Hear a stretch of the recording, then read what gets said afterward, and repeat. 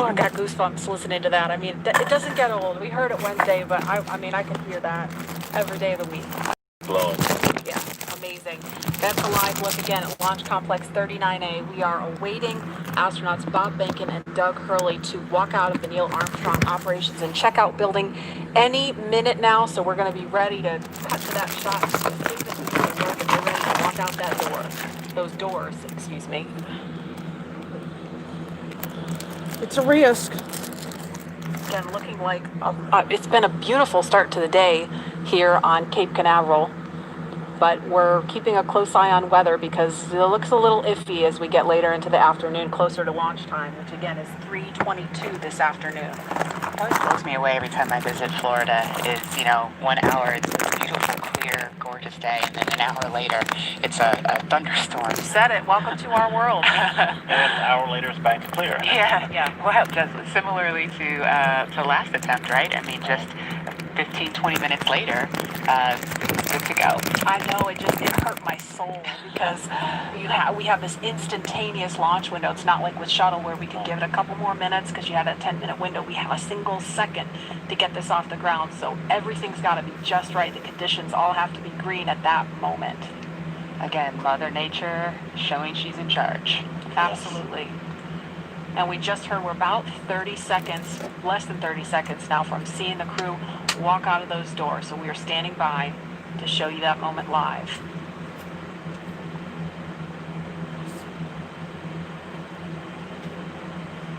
There's a live look at the O&C walkout doors.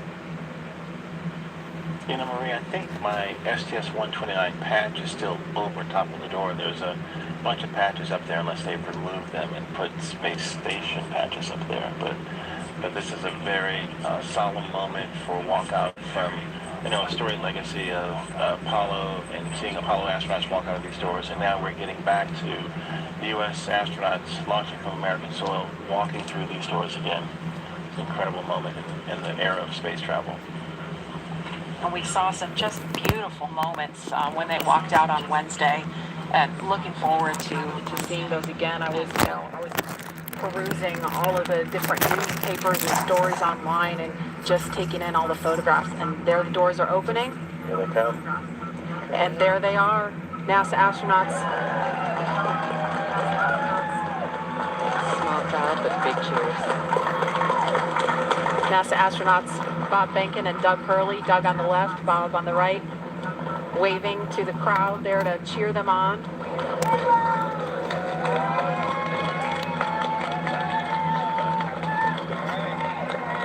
There are their families right in front of them.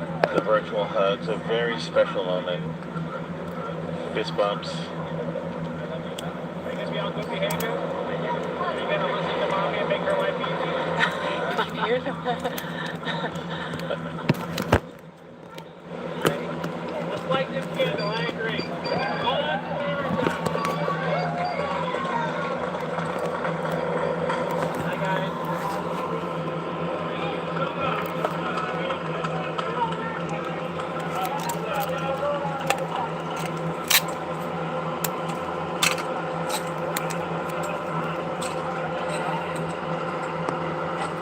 Now they are getting into the Tesla Model X that's going to take them to the launch pad, being strapped into their seats.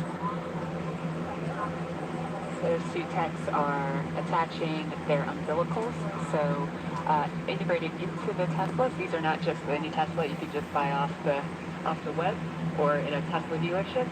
They've been outfitted with cooling units and that white umbilical, similar to what you saw in the checkup, the suit room.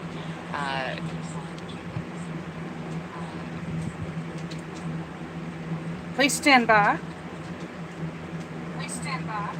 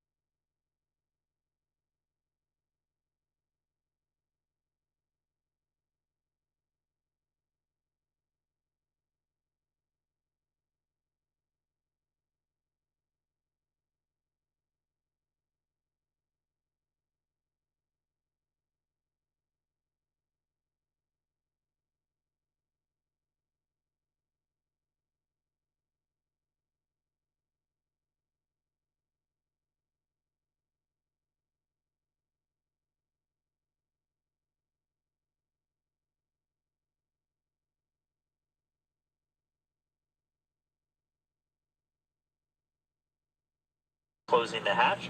And we also typically have a photographer in there just to help kind of capture these moments as the crew gets ready.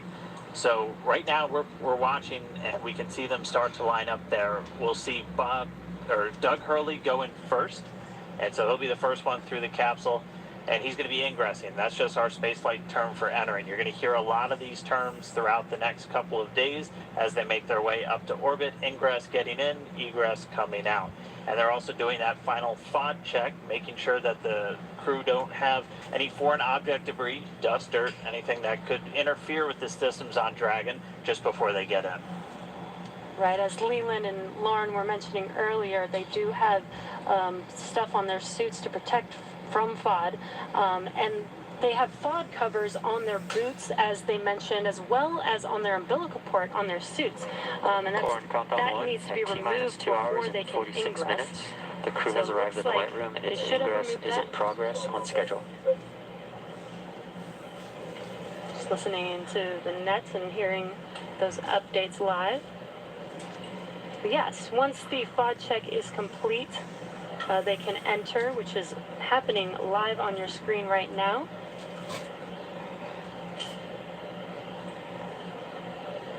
And as they climb into Dragon, they will buckle themselves in and attach their umbilicals to their suits. And as you can see, the suit techs are there to help them get buckled and settled into those seats. And as we mentioned earlier in the broadcast, the suit's primary function is to protect the crew in the event of a cabin depressurization. So the suits help keep them cool, as well as delivers nitrox in case there is a suit depressurization. As we go through this, we saw Doug Hurley go in first. He's the commander for this mission. He's closest to your screen. And then Bob Bankin's just next to him, and they're going to get some assistance from these suit techs as they get in.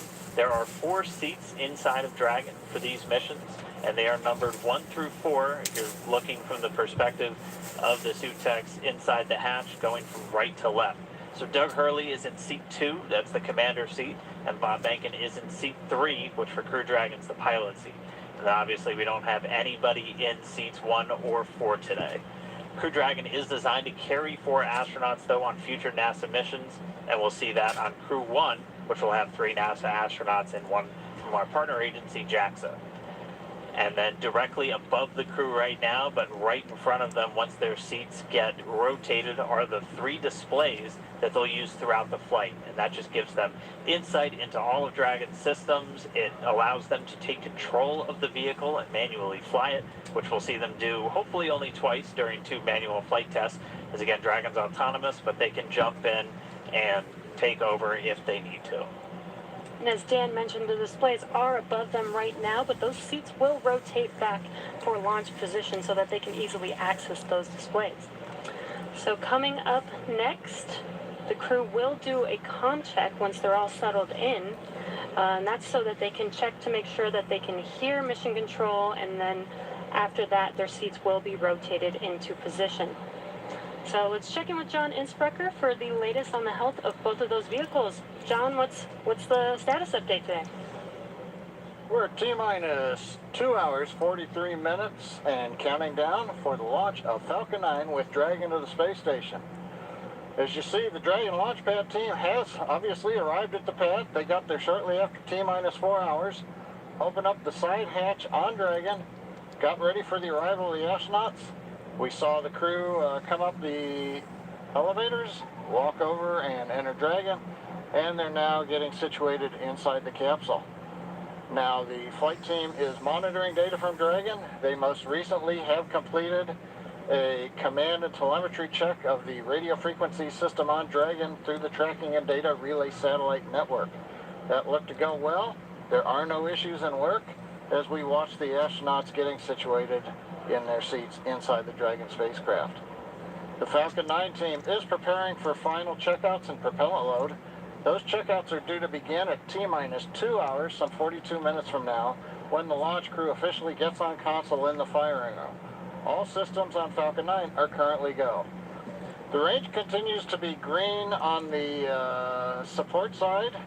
The areas around the pad obviously clear except for the folks doing the entry into the capsule. Air and sea space are clear. We hear helicopter go by from time to time. The big concern is the weather forecast. We are continuing right now at a 50% probability of violation of the weather constraints. The big concerns are going to be the thick clouds, precipitation, possibility of lightning. I mentioned earlier, normally you get a strong sea breeze from the ocean that pushes inland and keeps the clouds from Central Florida from building up. But today the sea breeze is fairly weak, so we expect the thunderstorms will get closer to the launch pad. We're also checking downrange conditions. If there's a contingency splashdown of Dragon, we're looking at essentially the wave heights, lightning, rain along the trajectory. Right now it's marginal, but it is still go. We do expect that to improve slightly during the day. So fingers crossed there that the downrange weather looks good. But right now at T-minus 2 hours, 41 minutes as the clock continues to count down, all systems are go for launch. All right, thanks, John I. And as we watch Bob and Doug get buckled into their seats, I'm joined once again by SpaceX's Jessica Jensen, just to kind of walk through everybody what made Dragon a 21st century spacecraft. So first off, thanks for coming in today. I know you got to come in for a launch. That's always tough. Of course. Walk us through again kind of Dragon's life history. I mean, we have one in a clean room pretty soon right behind us. Walk us how we got to where we are today to have Bob and Doug climbing into that spacecraft. Sure. So SpaceX was founded to make life multiplanetary. That was why Elon started the company back in 2002. But, you know, also when he founded the company, we were a very small company for several years. And so we had to look for opportunities to, you know, hey, how do you go from being a small company to actually putting people into orbit? So when NASA came out with the need to fly cargo to and from the International Space Station, we jumped on that because we said, hey, first, not only is carrying cargo to and from the space station cool, I bet we could actually then fly people to the International Space Station. And hey, for 8 years now we've been flying cargo, and then now we have transitioned over into flying crew and cargo together. So that's basically been the evolution of Dragon, and it's been awesome. And I know when we see Falcon 9, we get to talk a lot about reusability. Everyone is very familiar with the first stage coming back down and how cool that looks. Dragon is also designed with some reusability. In fact, you've flown Dragon multiple times, or you've flown Dragons multiple times to the space station. How does reusability factor into Dragon's life cycle? Yeah, so I'll let you talk a little bit about both, because one thing I think everyone always thinks about reusability and, hey, it saves money, or that's great, but reusability actually improves your reliability. So when we get Falcons back and when we get Dragons back, either after one mission or multiple mission, we can do all these detailed inspections on them. And that's super important because when you fly a vehicle, you can only have so many sensors on it. You can't put a sensor, you know, every single inch of a rocket or a spacecraft. And there's already way more than I think anybody realizes. Exactly. But so, you know, especially for rockets that wind up in the ocean, some people don't have any idea of what they actually went through. So the fact that we get all the hardware back, we were able to inspect literally every square inch of it and make small design changes that actually improve reliability for the whole fleet. So even though Bob and Doug are on a brand new rocket and a brand new spacecraft, those spacecraft are actually more reliable based on the knowledge we've learned from reusability. We've walked people through a lot of the new systems on Dragon. What are just some of the cool things that are maybe beneath the surface that people don't know about with Dragon? So I think one of the coolest things is the autonomous docking system. And what that is it's basically we have, you know, GPS sensors on Dragon, but then we also have cameras and imaging sensors such as a LiDAR on basically the nose cone or the front part of Dragon as it's approaching the space station. And all these sensors are feeding data back to our flight computer to say, hey, how far away am I from the space station? What's my relative velocity to the space station? And then that feeds into the flight computer, which has algorithms written by our engineers to say, okay, based on how far away you are in your rates, here's how you fire the thrusters to most effectively get to the docking target. And I think that's just super cool. Well, I mean, we're all waiting for our cars to drive ourselves to work, and for Bob and Doug, that's exactly what it's doing for them. Exactly. And what I think is so cool is the computer does this just like flawlessly. It's easy. When I tried to do it, I failed miserably. I tried to dock Dragon to the ISS 3 times and I failed. 4th time I got it. And I will tell the public out there that on our website we actually have a Dragon ISS simulator, so you yourself can try and fire the thrusters and see how well you do. Maybe I'm just a bad driver, but I think the flight computer does a really good job. I think we all had fun with it. All right, well, we are just starting to hear. They're going to start up those comm checks with Bob and Doug. CDR, PLT, comm check. So let's listen in. CDR, loud and clear. PLT, loud and clear. Core, loud and clear. Umbilical comm check complete. Stand by for ground station comm check.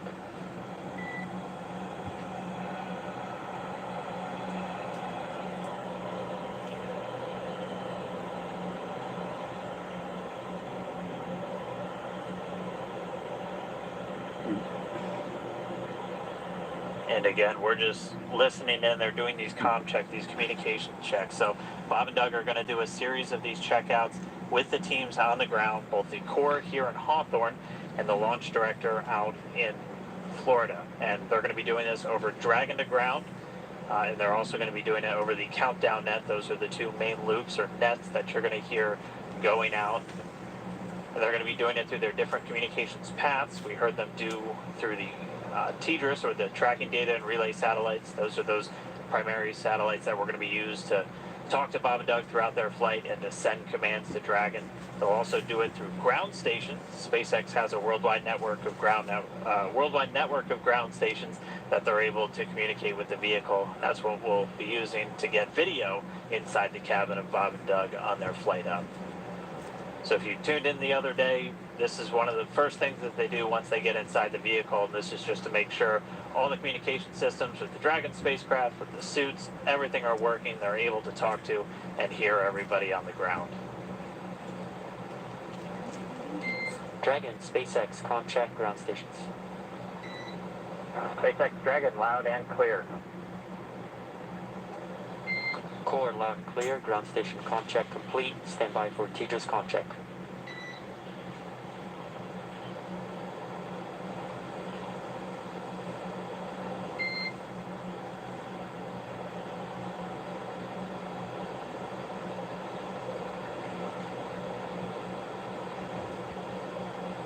And just a reminder, you're hearing the Corps. That's the Crew Operations Responsible Engineer. That's, if you've followed NASA missions in the past, that's the Capcom position. That is this pretty much the singular voice that's talking to the astronauts throughout their flight. That's a position based here in Hawthorne, California.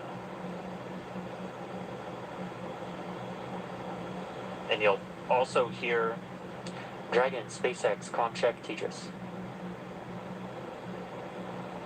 SpaceX Dragon, loud and clear. Core, loud and clear. TDRS comm check complete. Stand by with comm checks with MD and LD in the launch configuration.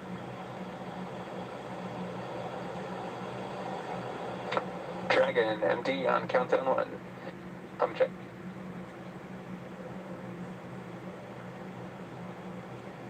SpaceX Jason, loud and clear.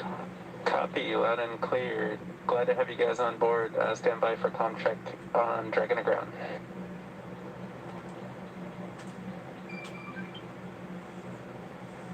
Dragon, MD, Dragon to ground. Comm check. MD Dragon, loud and clear. MD, loud and clear. Stand by for comm checks with LD. Dragon, launch director on countdown 1. Comm check. Good afternoon, Mike. Loud and clear. I have you the same, and good afternoon. Stand by for my comm check on Dragon to ground.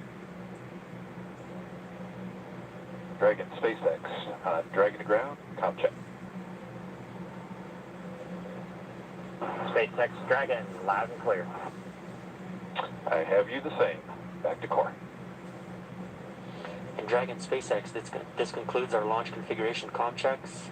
Report when ready for seat rotation for section 2 of 4.100. Dragon, I'll put that in work. Copy.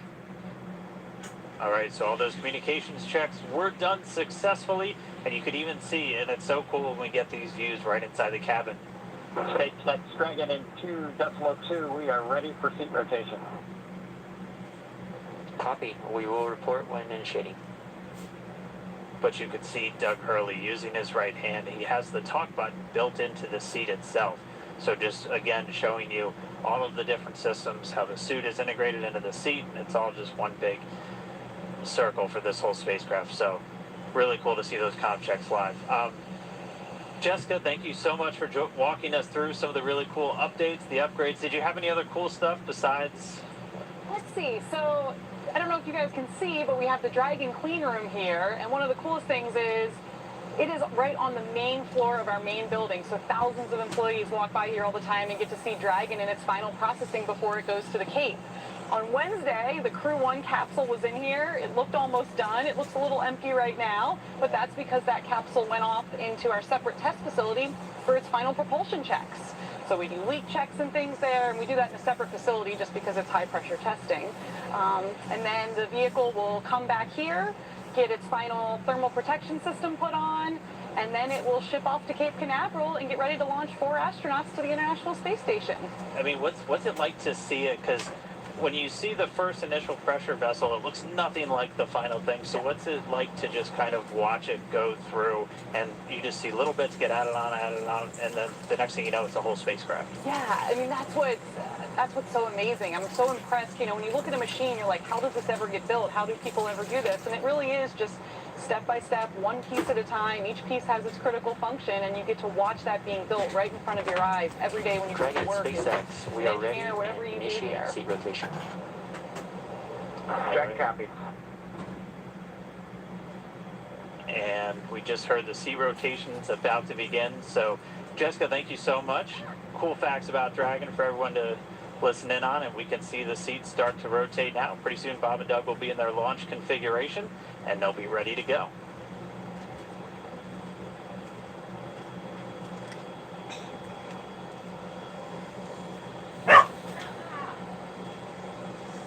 We can see the seats slowly start to rotate. Again, they're in this down position just to make it easier to climb in and out of Dragon. They'll rotate to this launch position to put their backs a little bit more parallel to the ground. It makes taking the G-force a little bit easier for the crew on the way uphill, but most importantly, positions those touchscreens directly in front of them, which is just their gateway into Dragon. Dragon, SpaceX, seats are in the launch position.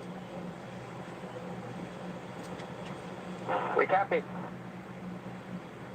All right, and confirmation the seats are in the launch position. Let's go down now to Gary in Mission Control Houston, where I know the entire JSC team is standing by and ready to see Dragon take flight today. Over to you, Gary. Thanks, Dan. Very much so. Great to see good comm checks from Bob and Doug, and that their seats have been rotated into their launch position.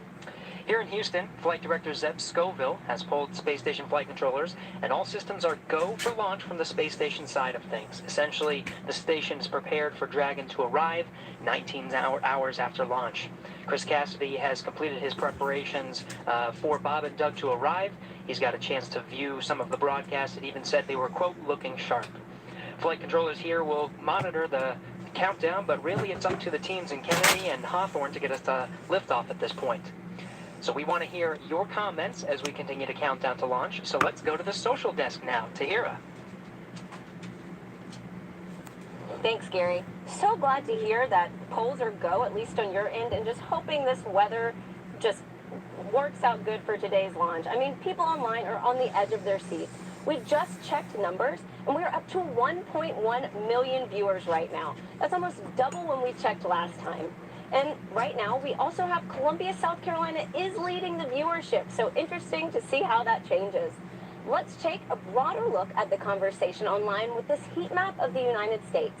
Now, this shows Launch America mentions by state over the past week, and we have California leading right now with the most mentions, and I'm very surprised. I really thought the Space Coast would take it home, but let's see how this changes over the course of the broadcast.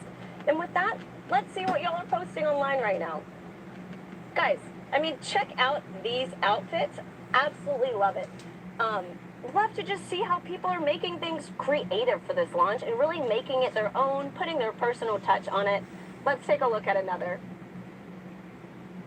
Oh, we're back to the Launch America heat mentions, so let's see how that changes over the course of this broadcast. But really fun to see those photos online. Oh, we have another space pet, guys. These do not get old, so please use hashtag Launch America on social media. Right now, it looks like we have Catstronaut Boris, who is ready for his launch in the Crew Dragon capsule. I love seeing the pet owners unite for this mission. So like I said, definitely use that hashtag. We will be looking for it during the show. Marie, what's the latest at Kennedy? Thanks to Hero, we are at T-minus 2 hours, 26 minutes, 47 seconds and counting from liftoff of the Falcon 9 from the Kennedy Space Center here in Florida, carrying NASA astronauts Doug Hurley and Bob Behnken. You see them right now aboard SpaceX's Crew Dragon spacecraft. It's been a very exciting day so far. The crew has been up since about 8 o'clock this morning as they prepare to head to the International Space Station as part of this Demo 2 mission for NASA. And as we speak, the astronauts, as you saw, are inside Dragon and have completed their comm checks, so now they can communicate with the teams here on the ground. And their seats have rotated upright to their reclined launch positions, allowing them to see and access the display panel. And now they are about to, initiate their own suit leak checks to make sure that their seat is in proper working condition before liftoff. And in just a little bit, at about T-minus 1 hour, 55 minutes, it could happen a little bit sooner though, we're running a little bit ahead of schedule, we will see the closeout team begin to close the side hatch in preparation for flight.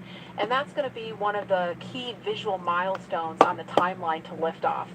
Now, we want to take you to a couple of special guests we have joining us. They are with Daryl Nail at the OSB-2 viewing location, NASA Administrator Jim Bridenstine, and also Kennedy Space Center Director Bob Cabana is there with Daryl. Hi, Daryl. Hi, Marie. That's right. We're in the fifth floor of the Operations and Support Building, the Kennedy Space Center, with a nice view of Launch Complex 39. And the two men that you mentioned are here to join me to answer a few questions. We're excited to have them both here. And they are, of course, Bob Cabana, the director of the Kennedy Space Center, and Jim Bridenstine, administrator for NASA. Gentlemen, thanks again for making the time to be here. Of course, the big story right now, Jim, is the weather. So let's talk a little bit about that.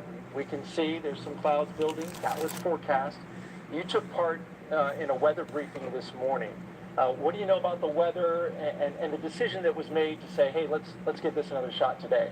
Yeah, so what got us last time was the electricity in the atmosphere, and of course today there are in fact buildups. It doesn't look like there are thunderstorms at this time, but they are expected. The question is, when do those thunderstorms go away, and when those thunderstorms materialize, where are they located?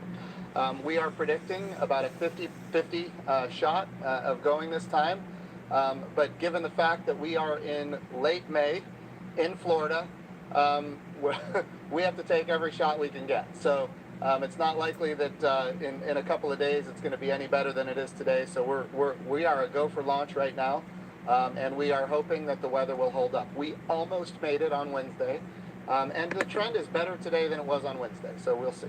And I saw a forecast that said the clearing is supposed to happen right around 3 o'clock in the afternoon. So that's right. We're hoping that launch is at 3:22. Clearing. Right. You know, at the earliest 3 o'clock, at the latest 3:30. So depending on when that happens, we'll either be go or no go. But again, we're going to take every shot we've got. Also watching the downrange weather for potential rescue in case there were an abort. That's right. So we have these staging areas. When we go from the first stage to the second stage, that's a higher risk evolution. We want to make sure that in the case we have to exercise the launch abort at that point, that the weather is good. And of course, that's off the coast of North Carolina. The big thing there is it's great that we have a launch abort capability. The challenge is that launch abort capability includes parachutes. And with parachutes, you've got to make sure that you've got the weather to come down. If there are thunderstorms or downbursts or high winds, that's problematic for the parachute system. Right, and sea states as well, bouncing that capsule around the ocean. Bob, of course, you're an astronaut. You know what it's like to hit the reset button and do it all over again. Get into the spacecraft, get ready to go, only to be told, no, we're not going to go today, we're going to try it again. What's that like? And then tell me about the mindset as you have to kind of reset. Do you feel less anxious? Do you feel more comfortable the second time around? You know, Daryl, first off, my last flight, we counted down to 18 seconds and didn't go, man, and when you get to 18 seconds, you're ready. The key is, you know, it's the training that we go through, all the repetition that we do. We practice everything, including scrubs. And just because you didn't launch doesn't mean you don't have something to do. So you got to go through those back-out procedures. It's all done very professionally. Then it was out of the vehicle and into the Astrovan, back to crew quarters. And we had a positive attitude. We got a good night's rest. And we went through it again. It's a matter of doing your job. And these guys are well prepared. You know, it's all part of what we do. Yeah, they stopped the count at 17 minutes, but you had it all the way up to just a few seconds. It's a big difference. And the truth is, the next night, actually everything went really better. You know, the weather was bad the first time. I was kind of glad we scrubbed. And we scrubbed for an issue with the vehicle that they later sorted out. As it turned out, we wouldn't have had enough prop to rendezvous with the Russian functional cargo block. But you know, the next night, it was just a perfectly smooth launch count. Everything just went like clockwork, and it set the stage for an awesome mission. I think you told the press before you walked out, I think you were over there at astronaut crew quarters, we're going today. I'm wondering, where's the source of that confidence coming from? I just got a feeling, you know, you got to have a positive attitude. I watched a lot of weather down here supporting shuttle missions, and I'm hoping that those clouds over the I-95 corridor, that the Indian River keeps them west of us, and that stuff that's building offshore is far enough off that we can stay in an open window here at the Cape. Good. Well, we got your positive vibe going, and we appreciate that. Jim, when you were down in the astronaut crew quarters and when they were suiting up, you got a second chance to visit with the astronauts. Kind of tell us about that, and what was their demeanor, what was their mood today? So, again, they seem loose. They were loose last time, they're loose this time. They're definitely ready to go. They're excited. They've been wanting to go for a long time now. I'll tell you, one thing that I thought was a little interesting is, Bob Behnken was making fun of Doug Hurley because on Doug's last flight, they scrubbed 5 times before launching on the 6th time. So Bob Behnken seems to think that Doug Hurley is the problem in this case. But to see them joking about that as they're getting suited up, ready to go, yes, they're trained, they're ready, but they're also loose, and that's good to see because they're going to have to be on their game when we launch. These guys are pretty impressive. Doug Hurley and Bob Behnken. I mean, Doug Hurley, an incredible pilot.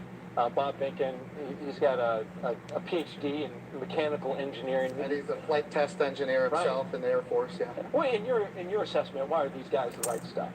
Well, this is a test flight, and we have great astronauts that are chemists. We have great astronauts that are botanists. We have really talented and diverse, a very, very diverse astronaut corps in general.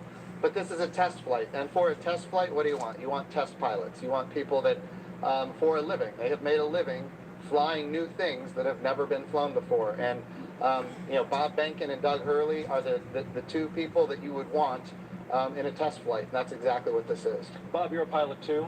You want to weigh in on Doug Hurley? He seems like he's got the right mentality. Hey, what can smooth I say? Customer. He's a naval aviator, a marine pilot, a test pilot. I'm all in. He's a great guy. And tell me a little bit about in terms of the Kennedy Space Center, right? So you've been here since 2007, right? 2008. 2008. Sorry, off by 1 year. 2011, the Atlantis came to a wheel stop. Yeah, I grew up here. My dad worked for NASA. My uncle was a contractor. When that wheel stop happened, the next day, my uncle got the layoff notice, right? And in 30, 60 days, it was depressing. We're talking about thousands of people laid off. Super depressing. Atlantis landed on a Thursday. On Friday, 2,000 contractors got pink slips and walked out the door. Yet they worked on that vehicle. That was the best vehicle we ever flew. The cleanest. That's the dedication of the workforce here. Right. So take me back to that time. You called it a depressing time. The fact that the shuttle program was something that the government completely had ownership of and paid for. Now we're moving into this commercial crew, which you've overseen making that transition. And tell me about that 9 years in which we made that move. Well, obviously, everybody was really attached to the shuttle. I mean, it was our history for 30 years. It did an awesome job. The Hubble Space Telescope, all the satellites it deployed, building the International Space Station. But when I first got here, I told everybody the shuttle program's going to end. We have to start preparing for our future, and nobody wanted to hear that. But how many times in your life do you get to define what you want your future to be? And we set out on this bold goal of trying to turn KSC into a multi-user spaceport, supporting both government and commercial operations. And I've got a very persistent team. They worked extremely hard, and through a number of agreements, we were able to make it happen. And this is the future. Commercial spaceflight, the administrator says it all the time. We want to establish a commercial environment in low Earth orbit so that we can focus on the hard job of exploring beyond our home planet, to establish that presence in our solar system beyond planet Earth, establish a sustained presence on the moon, get to Mars, establish a presence there. We can't do that if we're locked here in low Earth orbit. And commercial crew with both SpaceX and Boeing, that's the beginning of a whole new era of spaceflight. All right, very good. Quick question. We've got, of course, a special guest coming back today. The President of the United States plans on being here. Jim, you took him around the first time around. How did that go? I think I saw a picture on Twitter. He signed some space hardware. That's right. So he took a look at the Orion crew capsule. Of course, the Orion for Artemis 1 is ready to go. And he signed, a piece of hardware that will fly on the crew capsule for Artemis 2. So that's kind of, and not just him, but the First Lady and the Vice President and the Second Lady, they all signed it. So their names are going to fly around the moon on Artemis 2, which is exciting. But I just want to give Colonel Cabana a compliment here, because he did bring this spaceport through a very difficult time. And now it is a multi-use spaceport, and we do have commercial, and we have, in fact, even international launches here, and now we're going to have commercial crew launches. Bob has done a wonderful job transforming this spaceport. That's why we're doing commercial crew. NASA wants to be one customer of many customers. We want to have numerous providers that are competing on cost, innovation, safety, driving down costs, increasing access. But even better today, when I took this job just a few short years ago, our budget at NASA was around $19 billion. The budget request that President Trump gave us for next year is $25 billion. We are in a great position because the President is committed to space exploration. Of course, he's committed to the Space Force.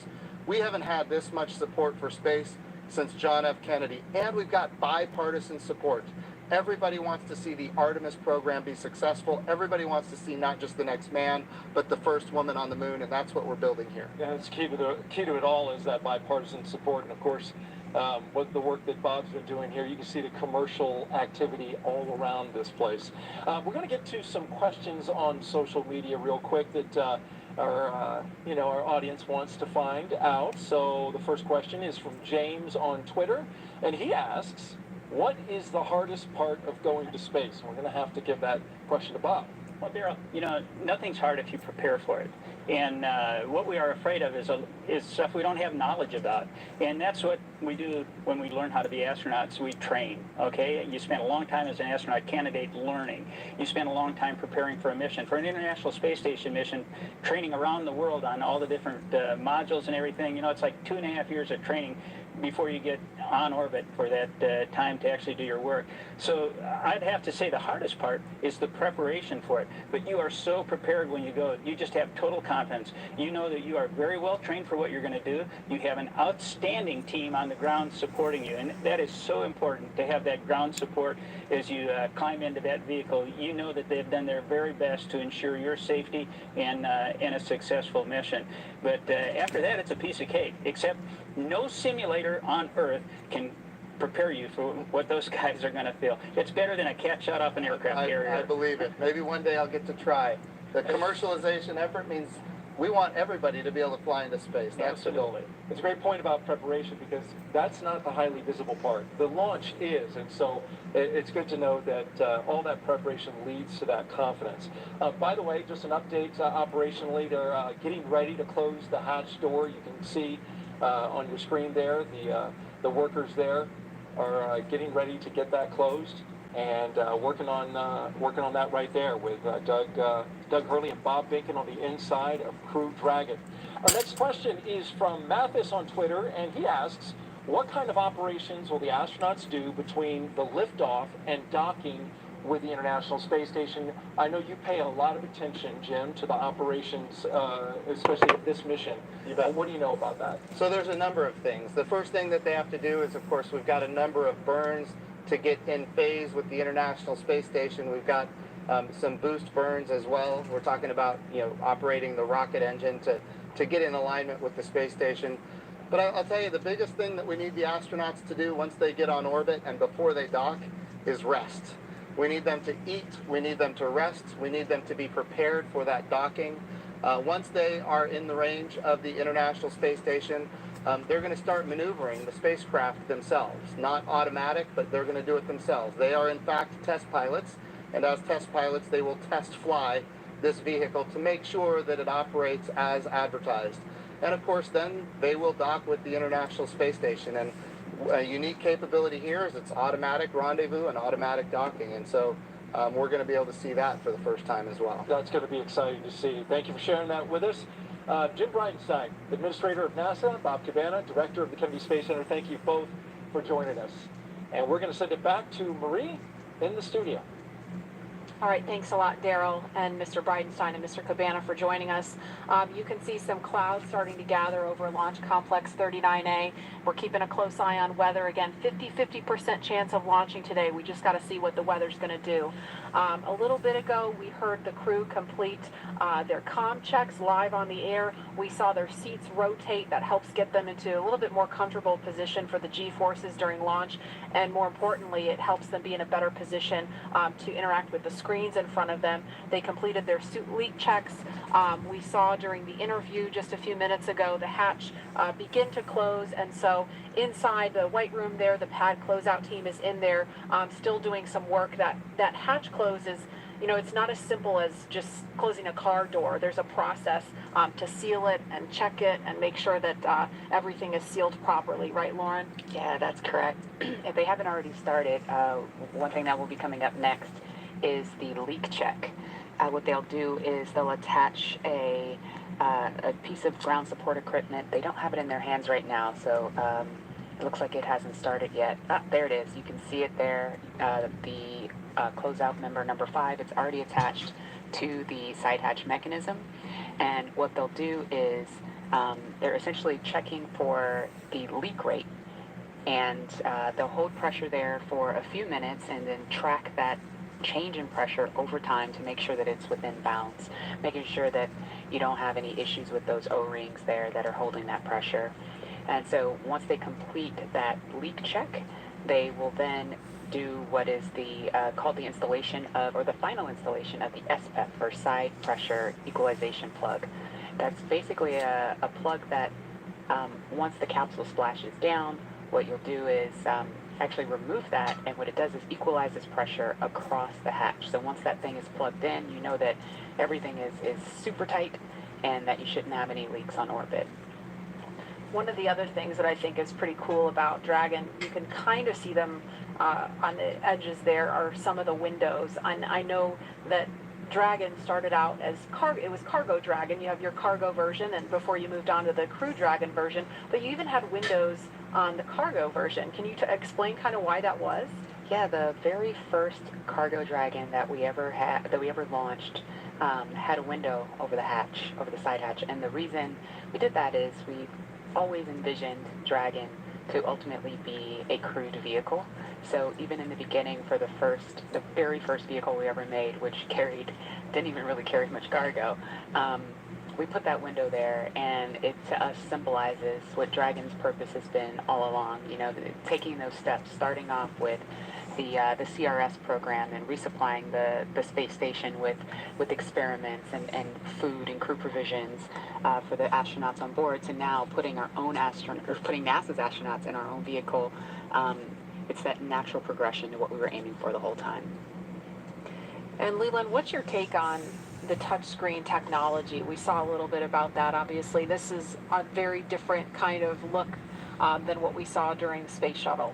It's the future. I mean, we had our LCD displays, and we had lots of buttons to press, and valves and switches, and I think this new technology will allow us to get through procedures much more much faster, because we had paper flight data file that we're having to turn to different pages and get to things, and I think this will make it much more efficient to go.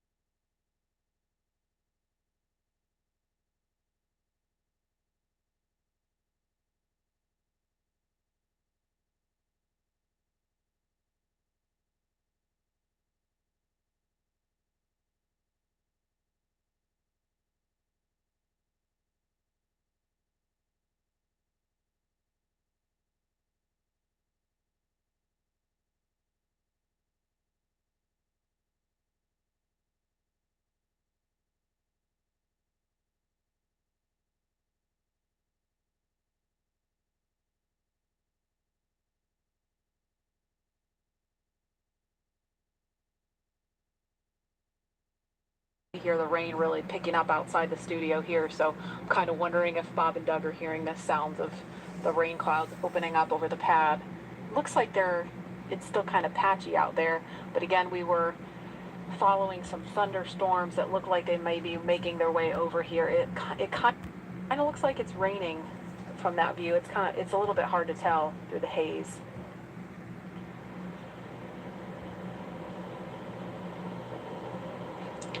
All right, launch is now just over 2 hours away. To hear you are there with the social teams now that the hatch is closed and the rain's picking up and all kinds of exciting things are going on right now as we count down and get into the last 2 hours of the count. I bet things are getting pretty interesting on social media. Hey, Lauren. I mean, yes, so many different things are going on right now, and I think people online are just wondering what's going to happen with today's mission. I have TweetDeck open right now, and it is just scrolling with the conversation of people around the nation talking about today's launch attempt. We also just checked viewership, and we are now up to 1.4 million people watching this live broadcast, so really hope things look good with weather. And on that note, let's take a look at some of the things being said on Twitter right now. So it looks like, we just have some more future astronauts. I really love seeing the young generation just getting mobilized, getting excited about today's mission. Looks like we've also got some Godspeed and safe travels for both astronauts today. Really do wish them the best of luck on the second attempt. Hope it happens. Some throwback photos, all from people visiting NASA's centers, and also just let's do this. I love this can-do attitude, and I just love seeing that people are still keeping the energy alive for today's launch. So there were obviously some disappointing reactions to Wednesday's scrub, but let's take a look at how people are getting excited for today's attempt. Let's roll.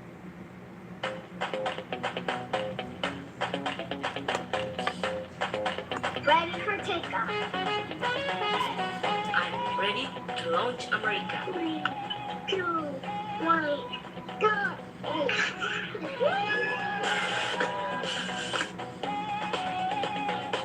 Ready for liftoff? Okay.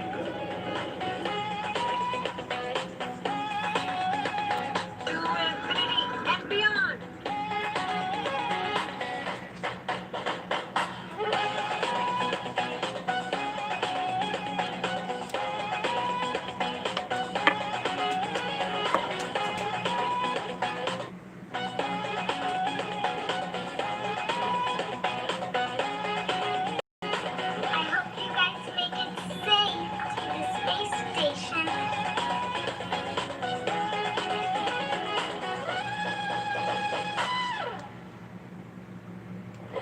I mean, how fun is that video? I think I will definitely have to attempt the worm after this, but just really glad to see everyone in good spirits leading into today's second launch attempt, and I really hope everybody will have something to smile about. And with that, let's head back to Lauren. Lauren. Thanks to hear it. So it looks like people are pretty stoked about today's attempt. Please continue to join the conversation by using the hashtag LaunchAmerica across all the social media channels. Yeah, I really love seeing the little kids get excited. I know my 3-year-old is super excited. She's got an astronaut sleeping bag and she loves to climb in it. Yeah, it's the body of the bag is a spacesuit, and then the head is empty where the pillow is. So when she gets inside, it looks like she's got a spacesuit on. So she loves it. And that's the inspiration for that next generation of explorers going to take Doug and Bob's place one day. And I think we have some people out there that are so interested in our conversation about the worm and the meatball that they've created something called the worm ball.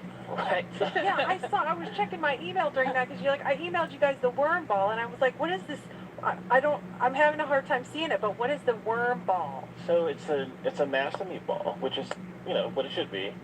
Okay, look at it. There it is. All right, thank you. I need a visual. So they took the angular NASA logo and put in the worm inside of the meatball.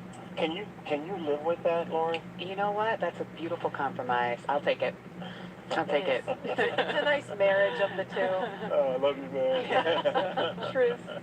And there is another live look at Launch Complex 39A, and we have had the opportunity to share with you a lot about the SpaceX Crew Dragon sitting on top of Falcon 9, a lot about the crew themselves, and the significance of today as the official return, we hope, of human launch capability to American shores. But we would be remiss if we did not explain why this pad, 39A, is hallowed ground.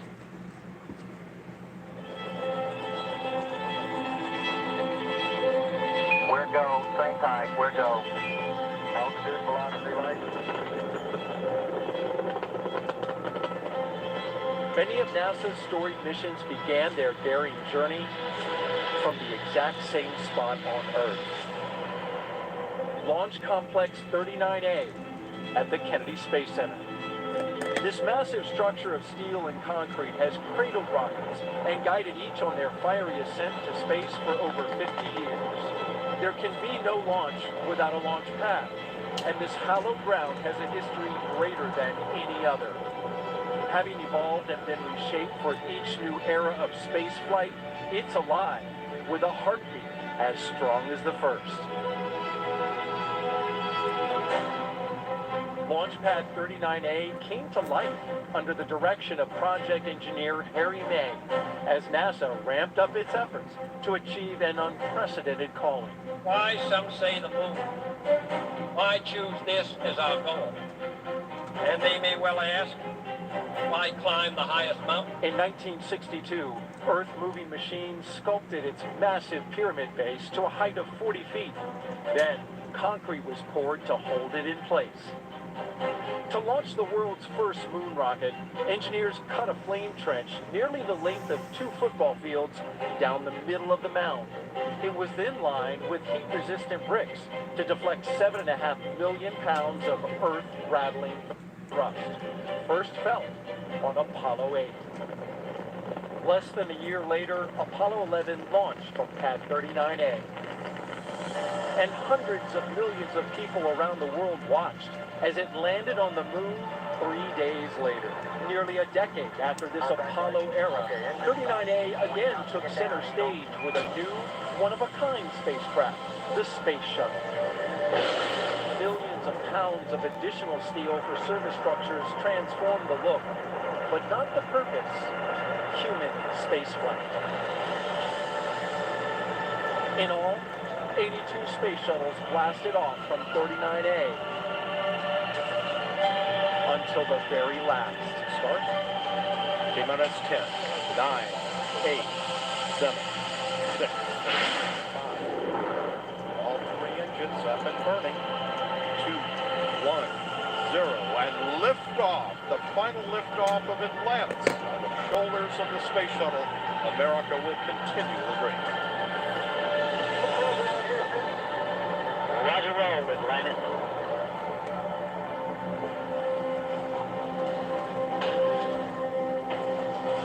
With the fleet retired, demolition crews removed the shuttle-era hardware to clear the way for NASA's monumental decision to lease this historic launch site to the private company SpaceX. Today, its sleek and modern design supports a family of rockets that has advanced the commercial age of American spaceflight. Now, 50 years after it first sent humans to the moon, this historic spaceport stands ready for the next wave of human exploration.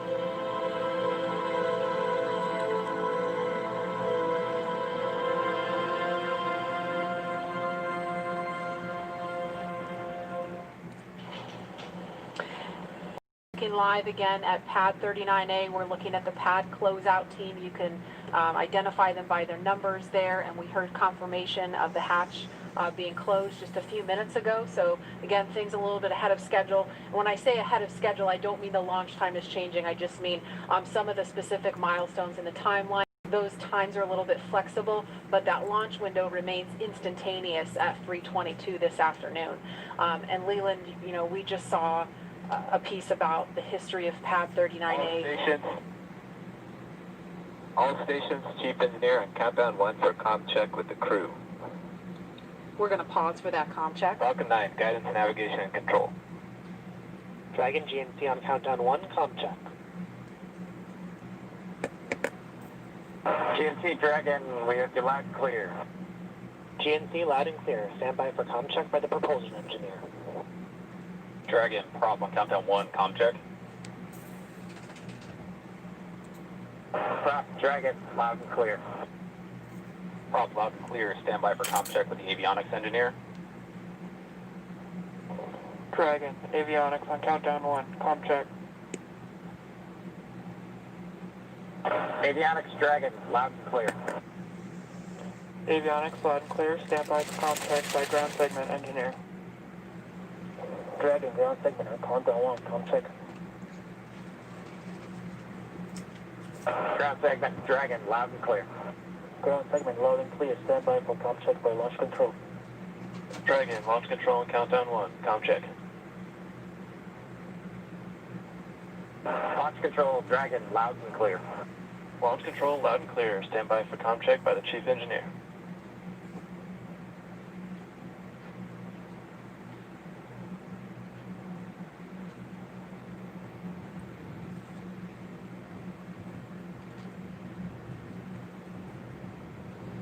Dragon, chief engineer on countdown 1, comm check. Chief engineer, Dragon, we've got you loud and clear, Bowen. Chief engineer, loud and clear. This completes the Falcon 9 responsible engineering comm check.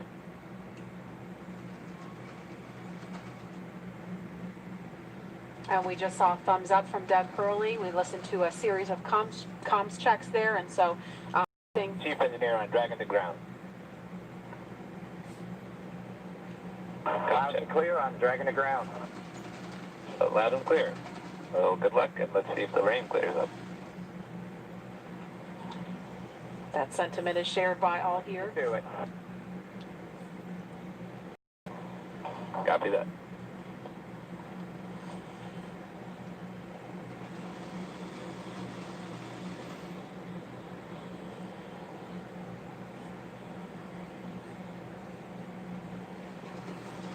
So Bob and Doug, along with the launch teams and all of the rest of America, hoping the rain clears up here. But as far as comms checks go, everything sounded pretty normal, pretty nominal there. So we're just waiting on the weather to clear up. But again, there's a live look at Launch Complex 39A, the site of 82 Space Shuttle missions where they began, and of course Apollo, the first mission to the moon, Apollo 11 lifted off from 39A. And Leland, you were just 5 years old when that happened. Take us back there. For Rhea and Lauren, I was 5, and I was the antenna engineer during the broadcast. I was the kid standing behind the black and white Sylvania television holding the rabbit ears, and my dad said, move to the left, move to the right. And I was trying to look around the television to see what was going on, but they said, no, don't move, stay there. So I never actually saw the actual landing on the moon, Neil and Buzz walking on the moon. And the next day, all my friends in my community were like, yeah, you want to be an astronaut? We just had this momentous thing. I said, no. I didn't see it. I want to be Arthur Ashe, because Arthur Ashe trained 5 blocks down the street from where I grew up. And my dad talked about his excellence, his perseverance, his athleticism. And so it wasn't until I got to NASA, working as an engineer at NASA Langley, that a friend of mine said, you'd be a great astronaut. And I just laughed at him. And I didn't fill the application out, but another friend of mine got in, Charlie Kamara. And I said, if he can become an astronaut, I can become one. So I applied the next year and I got in the 1998 class. And I think about this, again, storied legacy, Pad 39A. I was there in 2008 and 2009, Space Shuttle Atlantis, the last one that came in with Doug and the rest of the crew. And it's just an amazing time to see this new era with Lauren, with your SpaceX Crew Dragon about to take off. Wow, I never heard that story. I've got a million stories. Wow. It's so cool that, you do have a lot of these kids that are watching today who have never seen a flight, a human space flight from KSC before. And this is their first time. And I'm trying to remember back, I grew up in the shuttle era, and I grew up in Los Angeles, and I remember sometimes when the shuttle would land at Edwards Air Force Base, you'd hear those sonic booms, you hear the double sonic booms in school, and we all just knew, oh, that's the space shuttle. It was just a thing. We just knew about that. And it did make me sad that there's an entire generation of kids who didn't grow up with that experience, and I'm just so proud that, today, hopefully, we get to provide that for kids and hopefully have more and more of these launches to the point where it becomes routine, hopefully never boring, but routine.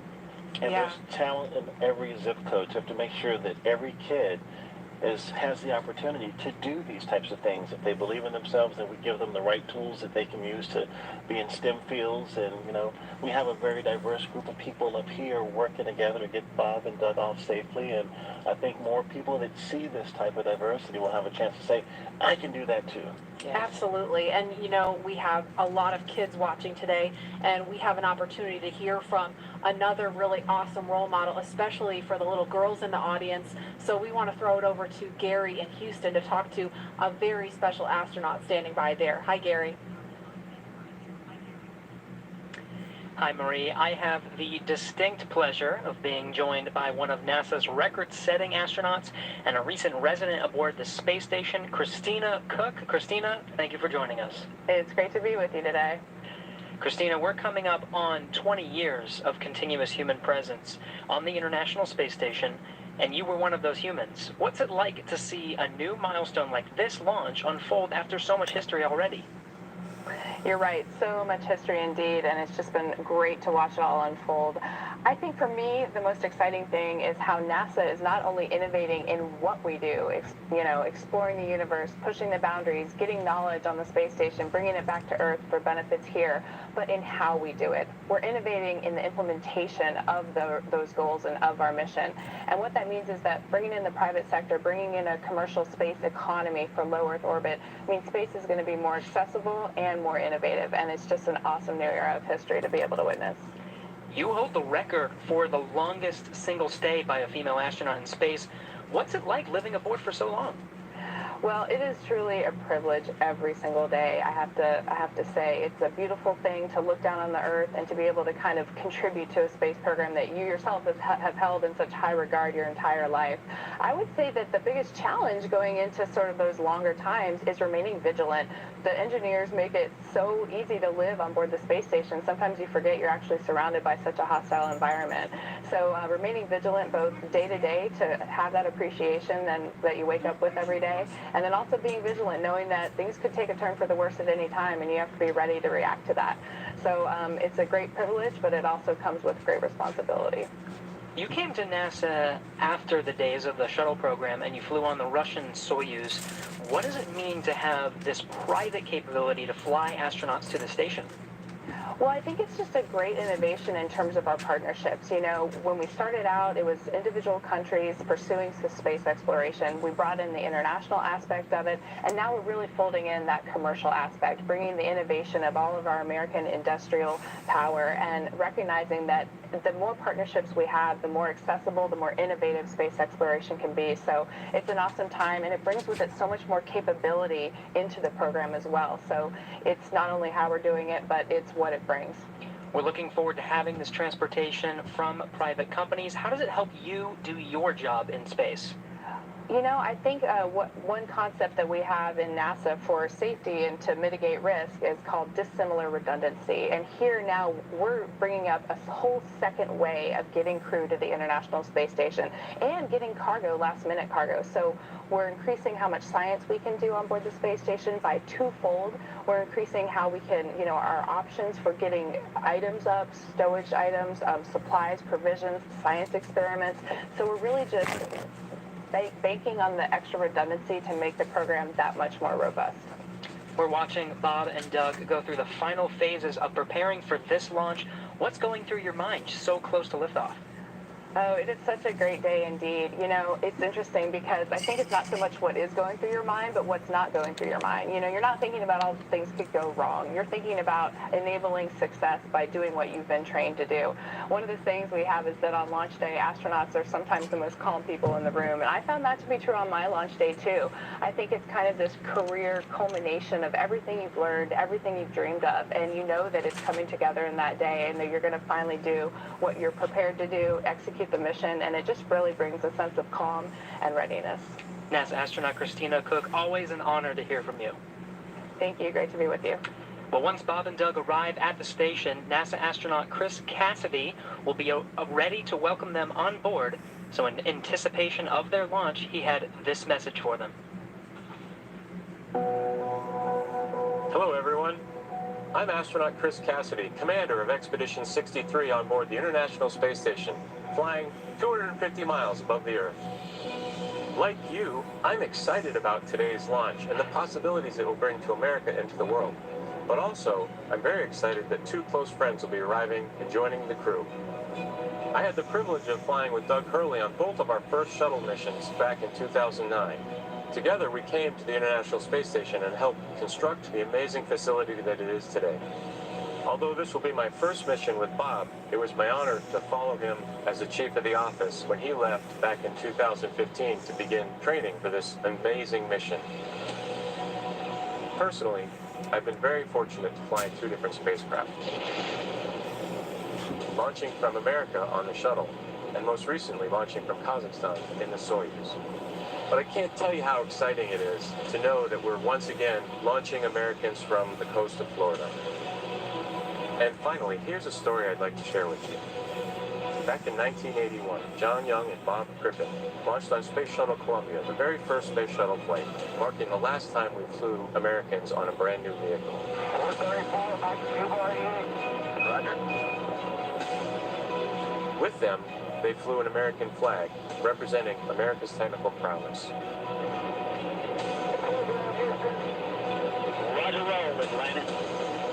30 years later, that same flag was flown to the International Space Station. This flag remains here today, waiting for Bob and Doug.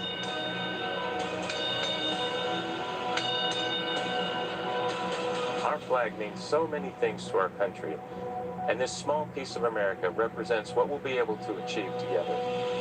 We'll never stop exploring. And so Bob and Doug can take this very special flag home to Earth, where it awaits its next journey to the cosmos. In a few years, the first Orion crew will take this flag with it around the moon. All of this starts today. I'll be watching outside the window along with everyone else in America and around the world.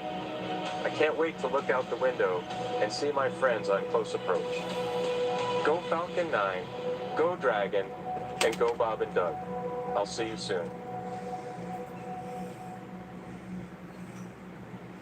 And there again is a live look at Launch Complex 39A at Kennedy Space Center in Florida, where we are T-minus 1 hour, 41 minutes, 58 seconds and counting from liftoff of the Falcon 9 rocket carrying Crew Dragon with astronauts Bob Behnken and Doug Hurley strapped inside.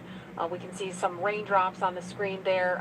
It looks like rain coming down at the pad, but we're still monitoring weather, and it sounds like there's going to be another decision point before they start fueling the Falcon 9 rocket, which is scheduled to happen at about T-minus 35 minutes. So we just heard a little bit about where they're headed. The weather cooperates today to the International Space Station. Leland, you've been there twice, and I know just from what you've told us, it's this Leviathan in space and the site of so much important work and partnerships happening. Right. Chris Cassidy's up there floating in the Columbus laboratory that I installed, or our team of us installed on STS-122. And I think about, using this robotic arm that was made in Canada. The European Space Agency built the Columbus laboratory, and my job was to use that arm and attach it to the International Space Station. And as it was getting closer and closer, the motion just stopped. And I'm like, what is going on? And there are 4 ready-to-latch indicators that have a very slight spring force that I was moving so slowly with the hand controller, the translational hand controller, that spring force stalled out the motion. And Peggy Whitson was behind me, and she said, Leland, there's some commentary. Weather update, I think. Go ahead, sir. Hey, Doug, we're still waiting for a weather update expected at 18 Zulu. Therefore, the next assessment will be closer to the propellant load time. We are currently no-go on launch weather, but we are showing an expected clear of 1830 Zulu. Okay, copy all. Thanks for the update.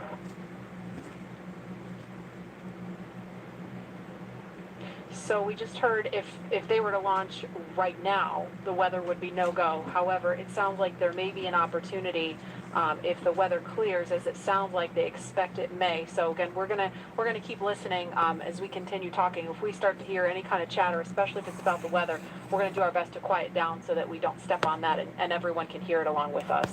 But Leland, you were just talking about the work on station, and Peggy Whitson was getting ready to tell you something. Well, so the Columbus laboratory is stalled out. It's about to be attached, and there were 10,000 people waiting. Their job security depended on me installing this thing properly. Right. And Peggy said, Leland, push just a little bit harder on the hand controller.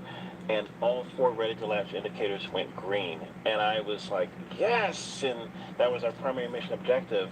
But that paled in comparison to what happened next. Peggy invited us over to dinner in the Russian segment, and we had this meal with people from all over the world, Russian, German, French, African American, Asian American. This diversity that we talked about earlier, were up there breaking bread at 17,500 miles per hour while listening to Sade's Smooth Operator.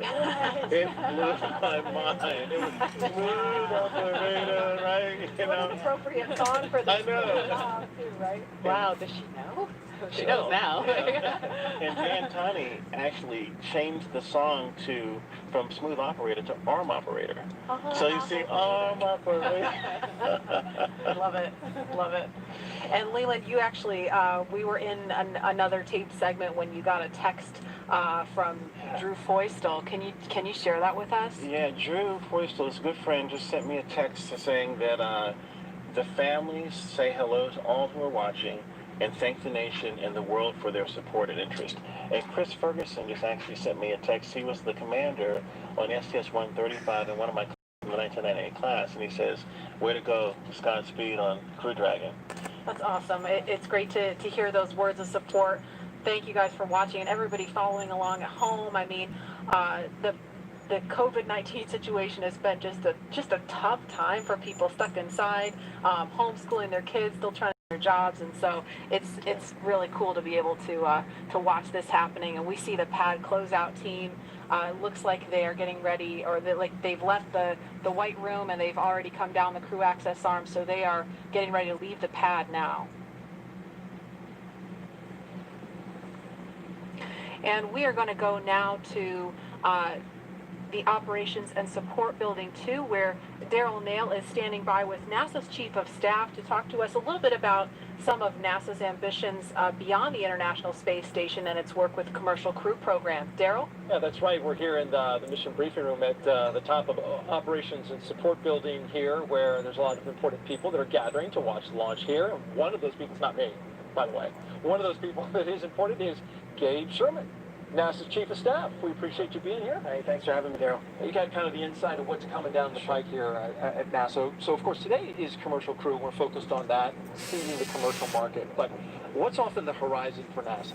Well, I'll just tell you, it's an incredibly exciting time to be at NASA, and you know this. I mean, you're here every day. But whenever you think about what we're doing with Commercial Crew, in the horizon in July, we're launching Mars Perseverance, which is just going to be an incredible thing for us. You look at the end of this year, SLS, the largest rocket in the world, is going through testing right now, going through green run testing, and we're hoping maybe by the end of the year we could even get it right out here to the Cape, which would be just an incredible achievement for our team. So there is no shortage of things to be excited about at NASA right now. And it feels like everything is really starting to happen here recently with everything that you just mentioned. And if we get that first Artemis launch, that could be right around the corner as well. Oh man, we're looking at I think late 2021 is what we're looking for. And so you think about SLS potentially moving from the green run to the Cape. You've got Orion finishing up its last little bit of testing. It moved from Plumbrook earlier this year, our station up there in Ohio, down to KSC. So we're looking at checking it out throughout next year, and hopefully we'll have the first integrated flight of SLS and Orion at the end of 2021. That is going to be a moment. That will be exciting. Yeah. And there will be a thunderous boom right here at the Kennedy Space Center. So with Mars as the end goal, how does all of this get to that end point? You bet. No, and I think that's what's so important about the Artemis program, right? Our long-term vision is to get to Mars. But, when you think about Artemis, everything that we're doing at the moon is helping us learn, prove out capabilities and technologies, work through the right mission durations, understand how we utilize the resources of the moon potentially to go further onto Mars. So the technology, the science, the exploration, that we're putting together, each and every piece of it is helping us learn a little bit more, prove out a little bit more so we can take that next giant leap to Mars. And so everything that we're doing at the moon helps prepare us to move on to Mars. How about the activity in low Earth orbit, like Commercial Crew, which is happening today? How does that help us for missions to the moon? Yeah, I think anytime you're launching humans, you're learning, right? And you're taking what you've learned and you're moving it forward to the next mission. But I think it's really about the business case. If you think about what Commercial Crew is, it's NASA moving from owning and operating hardware to buying a service, right? And if you remember, just a few weeks ago, and we awarded 3 contracts on a human landing system to commercial companies. And so we're hoping that we move to a day where we're actually buying a service to get our astronauts back and forth to the moon. So actually enabling the commercial market to go from low Earth orbit all the way out to lunar orbit. And so Commercial Crew is a great proving ground for that. Helps us prove out that business case, build those partnerships, and then we get a feed forward to the moon. So it means a lot. This means a lot as we move out. And it's really exciting when you talk about the Commercial Crew, the commercial aspect going to the moon and those partners. They're going to be studying those landers to see if they are viable for NASA.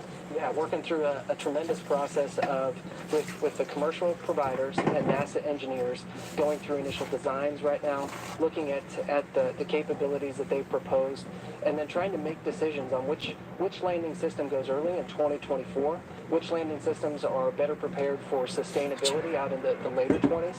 And so that is going to be an ongoing process throughout this year and moving into next.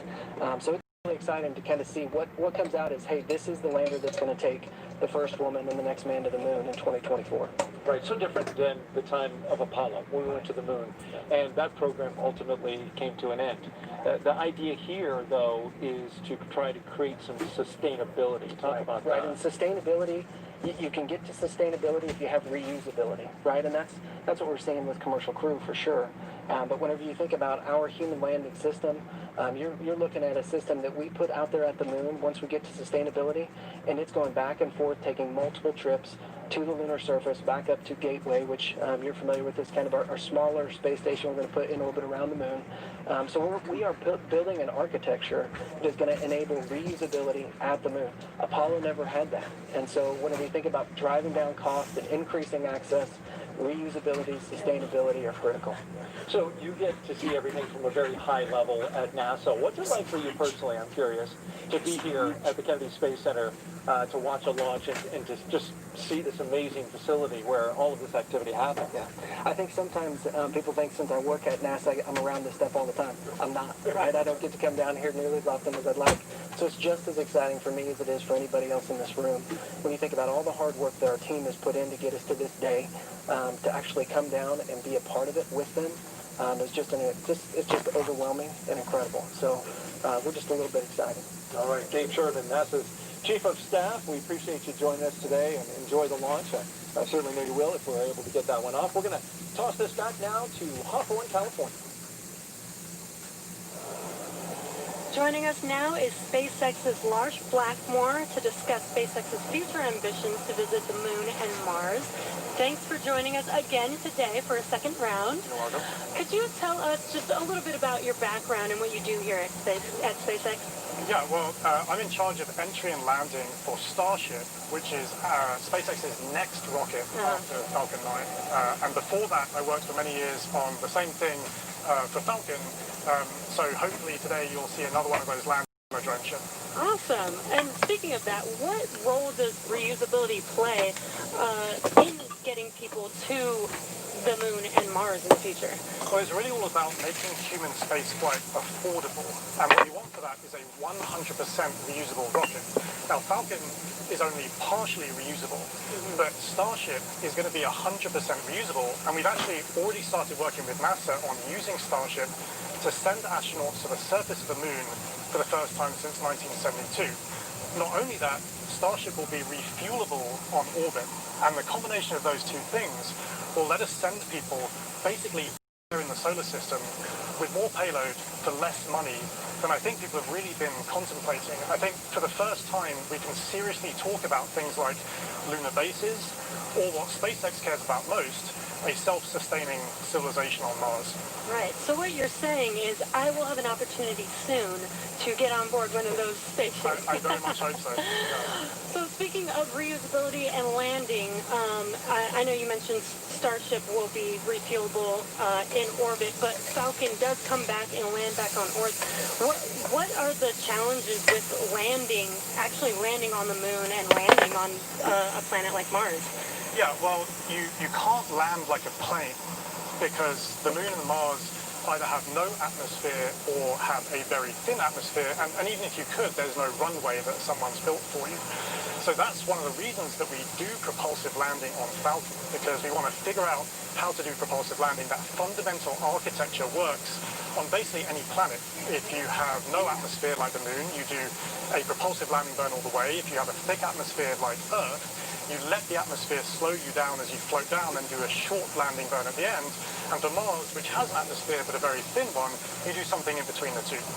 Wow, yeah, that sounds really difficult, and I'm sure there's been a lot of effort put into that. Can you tell us anything about what we're working on now to get us to a point where we can do a landing like that in such a harsh environment? Yeah, so figuring out propulsive landing is really the key part of it. But what people may not realize is that every time we bring Falcon back, we do something called an entry burn. So just before we hit the atmosphere, we light the engines to slow the rocket down.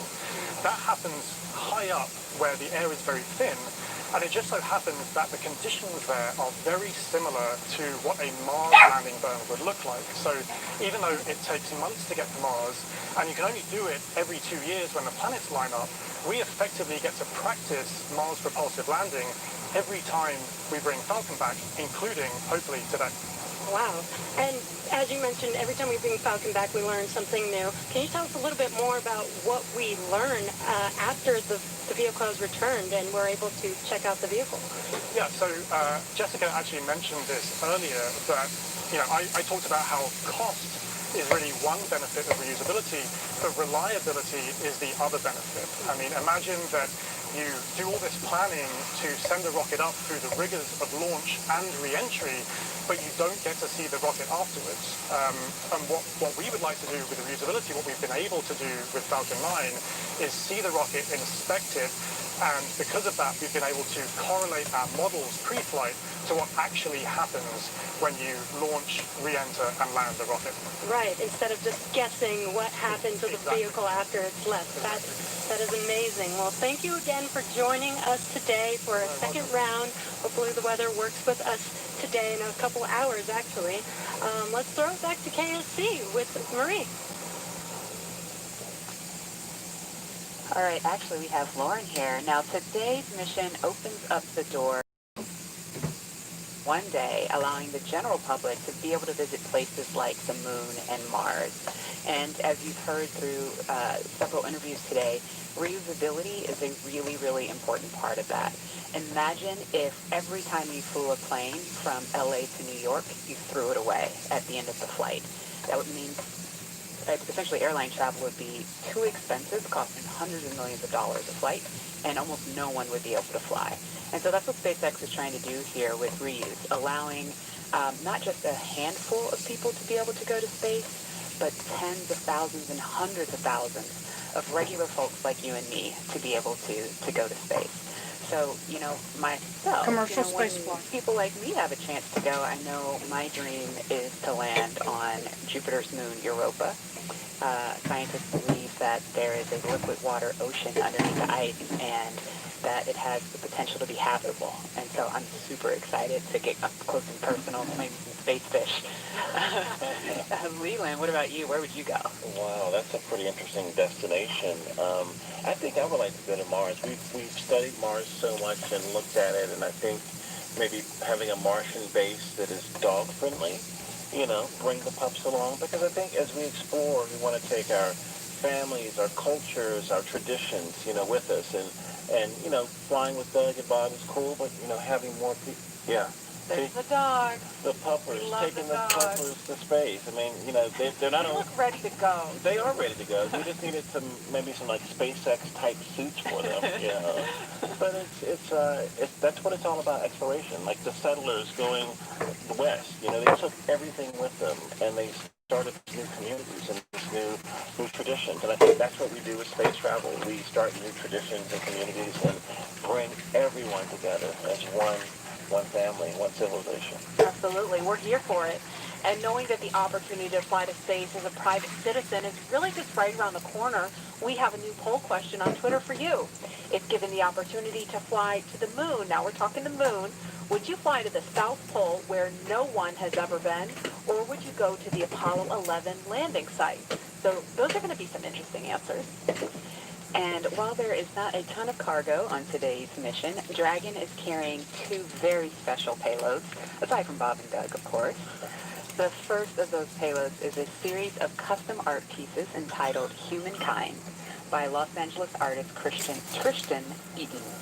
These indestructible double-sided paintings made from gold, brass, and aluminum celebrate how far humanity has come, as well as how far we still have to go. It includes a beautiful homage to the Saturn V rocket, as well as a nod to Bob and Doug's current ride to space. And you can find more images and information about these pieces on SpaceX's social channels. Next, in the spirit of inspiring the next generation of explorers, we wanted to celebrate the class of 2020, from kindergarten all the way to graduate school.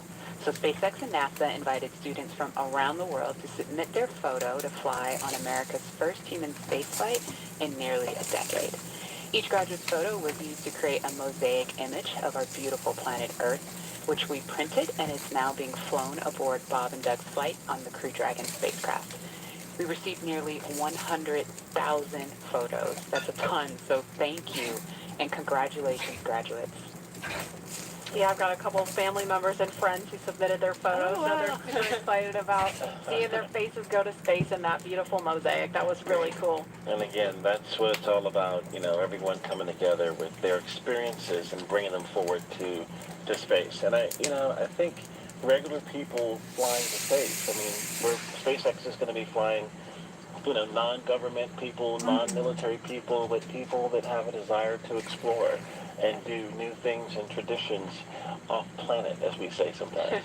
Yeah, I mean, all this time since we've had the International Space Station, it's been government astronauts performing the research because you're the only ones we've been able to send, right? But well, we've had some tourists, though. We've had people that paved their way on a Soyuz rocket. Sure. Go. But it's really the Billionaire Boys Club, you know. That's what Pharrell talks about with, you know, it costs so much money to go to space. And I think that price point will come down as we make this more, you know, more amenable for everyday people. Absolutely. And eventually being able to fly artists and musicians and poets, people can tell the story of what they've seen out there in a way that really connects to the soul of people down on Earth, so they feel inspired to go. Exactly. Now, following today's mission, we will be one step closer to a future where we can all have that opportunity to gain the orbital perspective and explore new worlds. In just over an hour from now, Bob and Doug will be the first people to launch on an American vehicle in almost a decade. And for the SpaceX team, if I can try to speak for all of us, which is impossible, but I will say it has been an absolute honor to have the opportunity today to have this stage to show the world what we've poured our hearts into over the years with our partners at NASA. And it's just deeply humbling to know that the agency and that Bob and Doug have entrusted us with this critical mission. The responsibility that's on our shoulders is huge, and we're just so grateful to be here today. Absolutely, and I know that, you know, our NASA teams really share in that sentiment.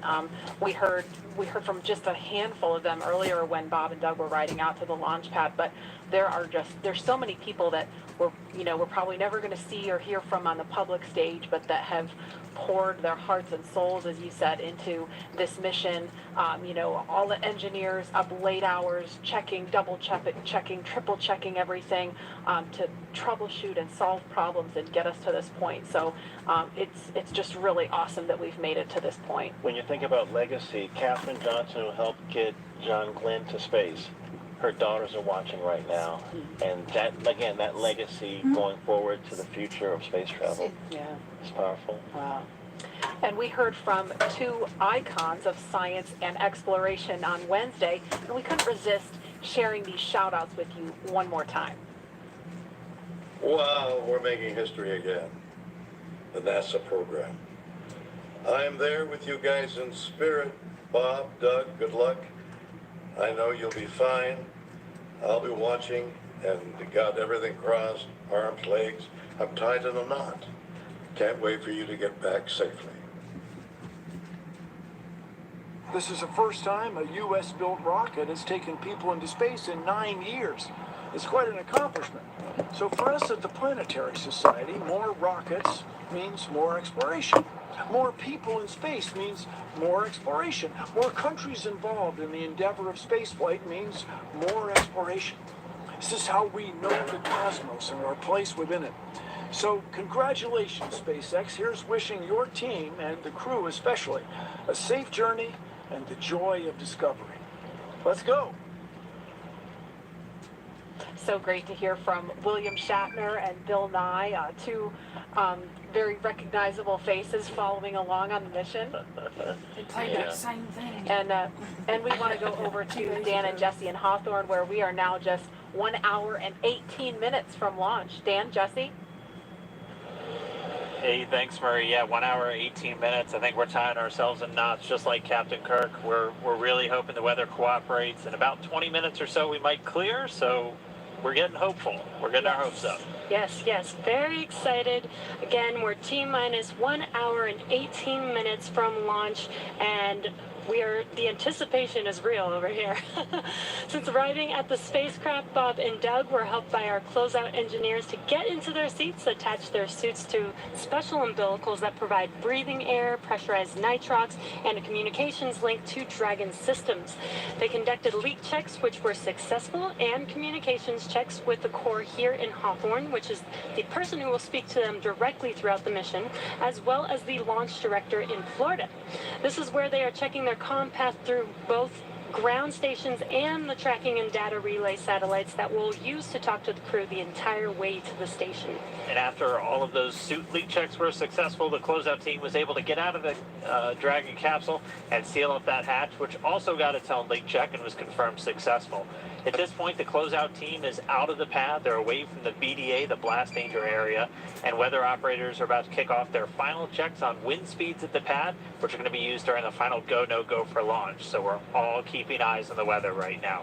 Before we get to that final go, no go, all the various teams, both NASA and SpaceX, are going to do internal go polls, just making sure conditions are right with Falcon 9, the Dragon, the crew, the range, and the space station before the final go is given. So let's check back in with the man over in Houston, Gary, for a status and the team supporting the space station for their readiness for launch. Thanks, Dan. The team here in Mission Control Houston remains go for launch. We're also very hopeful about that weather. All systems on board the station that are required to be healthy for this mission are continuing to look good. Chris Cassidy is wrapping up his workday, and we'll be watching Bob and Doug launch here in just under an hour. So station power and communication systems are normal. Computers and networks used for monitoring Dragon's approach have been checked out, and the cabins and the station cabin's atmosphere and pressure are as expected and ready to welcome 2 new crew members aboard. Mission Control will be closely monitoring Bob and Doug's flight and checking off milestones for most of the flight, and this very same team will be coming back tomorrow to be ready when Dragon gets in range of the International Space Station and we begin integrated operations and prepare for Dragon's docking. So I'll send it back. International Space Station team here is ready for launch. Go Falcon 9, go Dragon, and Godspeed to Bob and Doug. All right, thanks, Gary. If you are just now joining us, you picked a really good time. We're just a little over an hour to launch. And welcome to our coverage for the mission known as Demonstration Mission 2, or Demo 2. Liftoff time still holding for 3:22 p.m. Eastern. Tracking no issues with Falcon 9 or Dragon. Everything good with the range so far. We're just really keeping an eye on that weather. Over the last 3 hours, our crew members, Doug Hurley and Bob Behnken, donned their SpaceX suits in the historic crew quarters suit-up room. After that, they walked out of crew quarters, just as every astronaut to fly from space from this port has done since Apollo 7. They were transported over to the pad, where the crew members entered the SpaceX Crew Dragon spacecraft that we're looking in live. Today is a historic launch. It will be the first time a commercially built spacecraft will launch people into orbit, and the first time the U.S. has sent people to the space station from American soil in 2011 with the retirement of the Space Shuttle program. Over the next hour, we will conduct a series of polls to get ready for launch, have Bob and Doug arm the launch escape system, and begin fueling Falcon 9. Launch is set for 3:22 p.m. Eastern. This will include a 12-minute flight to orbit and then a 19-hour flight to dock with the International Space Station tomorrow morning. Today's mission is the culmination of years of work between teams at SpaceX and NASA. Demo 2 is going to be an end-to-end flight test starting with this launch today, going on to dock with the space station tomorrow, and then splashing down at the end of their mission. And this is going to be the final test for NASA to certify SpaceX for regular crew flights to the space station. We've been hearing a little bit from the crew on board Dragon, which you can see on your right screen. They are currently strapped into their seats and already through communications and leak checks. They're able to follow all the milestones still ahead on those display panels just above them, getting insight into all Dragon and Falcon 9 systems as we proceed towards launch. So at T-minus 1 hour and 13 minutes, let's check in with John I for a status update on the vehicles. What's the update, John? Thanks, Jesse. Well, not much to add to what Dan and Jesse just brought up. We've had a smooth countdown this afternoon. The SpaceX team is working no issues as the pace begins to pick up here in the last 70 minutes. On Falcon 9, we did get the team on console. Earlier, you heard the comm checks between the responsible engineers and the crew. The engineers will be making calls on Ascent for the crew's benefit, so they want to make sure that they could hear them before we go. The propulsion checkouts of the first and second stages are beginning right now. We're watching them begin to go through the process, opening valves. That check will go for about another 10 minutes, and that'll be our last one until propellant loading. Now the team will assess readiness for launch with a final go-no-go poll at T-minus 45 minutes, and that'll be followed by propellant loading starting at T-minus 35 minutes.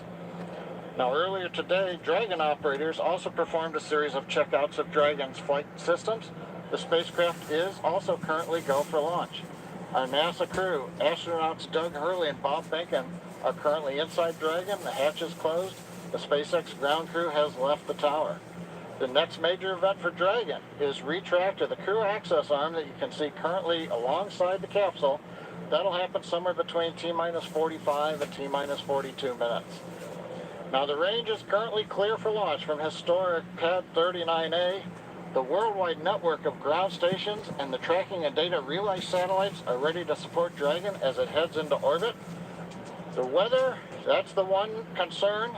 We will get a weather brief at T-minus 1 hour, so just under 12 minutes from now.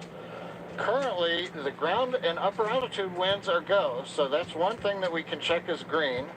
At the current time, we did have some rain earlier that appears to have let up, but we are red on conditions for both the electric field at surface levels, lightning, and cumulus clouds.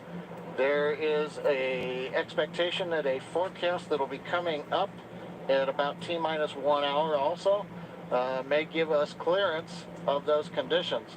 So everything is focusing now on the weather brief at T-minus 1 hour.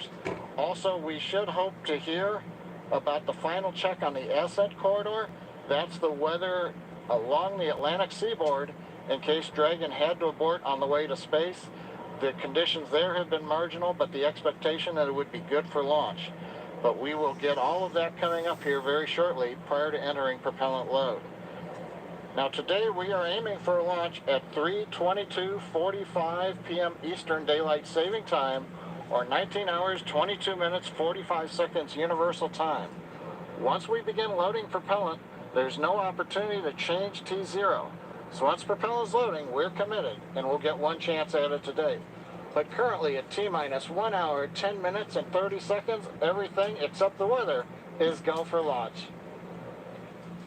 Thanks, John, for that detailed update. We've got now of flying Falcon 9 from the Florida coast, and just last year completed a test run of the mission. We're less than an hour from beginning here today. The purpose of that mission was to demonstrate Dragon's capability to safely and reliably fly to and from the International Space Station. The success of Demo 1 was a really exciting moment, paved the way for today's mission to where we are today. From U.S. soil for the first time since 2011. Dragon and Falcon 9 together have years of operational experience, or what we refer to as flight heritage. As I mentioned earlier, SpaceX has successfully completed 21 flights of Dragon to and from orbit since 2010, including 20 trips to the International Space Station. Not only have we conducted thousands of hours of testing, we've also enhanced and added a number of safety features to Dragon. Much of what was learned with the cargo Dragon was leveraged in the design of this new vehicle. It's fully autonomous, which means it can basically fly itself. It also features that full manual override capability just in case of emergency. Many of the other enhancements help towards SpaceX's goal of reusability and less refurbishment time between missions. So let's take a closer look at these advancements. Standing at almost 27 feet tall from the very bottom of the trunk, top of the nose cone, Crew Dragon's comprised of two main elements. You have the capsule, which is designed to hold crew and pressurized cargo, and then you have the trunk, which holds unpressurized cargo as well as having a solar array and radiator. And the nose cone at the top of the capsule protects the docking system as well as the guidance navigation control system, or what we call GNC. The nose cone opens for remains attached to the Crew Dragon spacecraft, and that's unlike the previous version of Dragon, and that helps towards our reusability efforts. Completely opposite the nose cone is that trunk. It has attachment points for Falcon 9, the Dragon capsule, and it can hold cargo. On the very outside of the trunk, one half of it contains a radiator that rejects heat from the active thermal control system into space. That's the white part, and that uses SpaceX's new picotiling technology. The other half contains the solar cells used to charge the spacecraft's batteries.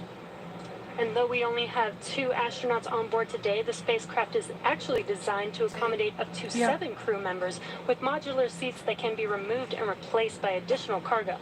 The seats are made of carbon fiber and are custom sized for any crew member flying on board. The control panel centered right between the pilot and the commander seats and has those 3 touchscreen displays that gives the crew insight into Dragon and even the ability to operate the vehicle and fly it manually. And finally, our Super Drago launch escape system is a key safety feature of Crew Dragon, giving the crew the ability to safely escape from the time of launch all the way to orbit. And as we look to the future beyond this test flight year, the first operational crewed mission for NASA will take place. NASA astronauts Mike Hopkins. Try to review your launch commit criteria and indicate readiness at the appropriate time. Step 5469 for propellant load and launch. That's a good sign. That was the launch director. We're getting ready to pull the teams as we move towards that go, no go for propellant loading, which happens at about 45 minutes before launch. But back to our Crew 1 mission, NASA astronauts Mike Hopkins, Victor Glover, and Shanna Walker, and Suichi Noguchi of the Japan Aerospace Exploration Agency, or JAXA, were chosen to support this mission. Again, it's called Crew 1. But today, Doug Hurley is the spacecraft commander for this mission. He previously flew on 2 space shuttle missions as the pilot on STS-127 and STS-135, which was the final space shuttle flight. Here's a closer look at Doug Hurley. Excited? Very excited. Yeah, very excited. You feel ready? No pumps? Oh yeah, I think we're ready.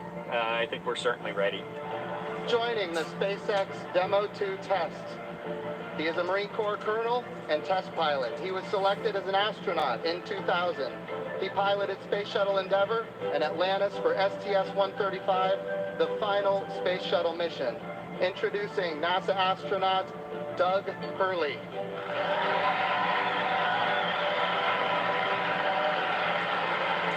It's a life-changing process in so many ways to fly into space. It's just overwhelming in some respects. Just the sensations, the rumbling, the shaking, the acceleration. My name is Doug Hurley, and I'm the spacecraft commander for the Demo 2 mission to the International Space Station.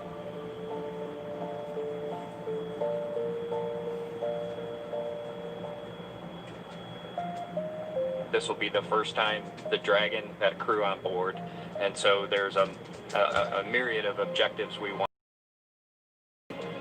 What would work on orbit, what might not work on orbit, what would definitely work, to be able to just have the entire integrated team that's going to support us getting to and from space station. It was really neat being part of it. You know, we are the lucky ones that get to fly it.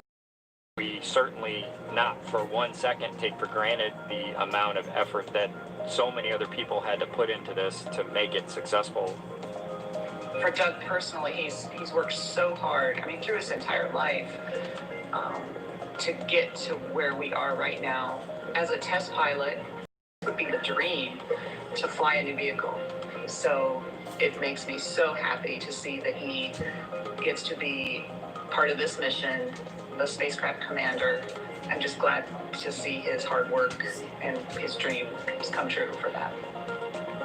It's been a long road in a lot of ways for not only us, but certainly for all the folks that work in the commercial crew program, as well as SpaceX, in our case, just working to get to this point.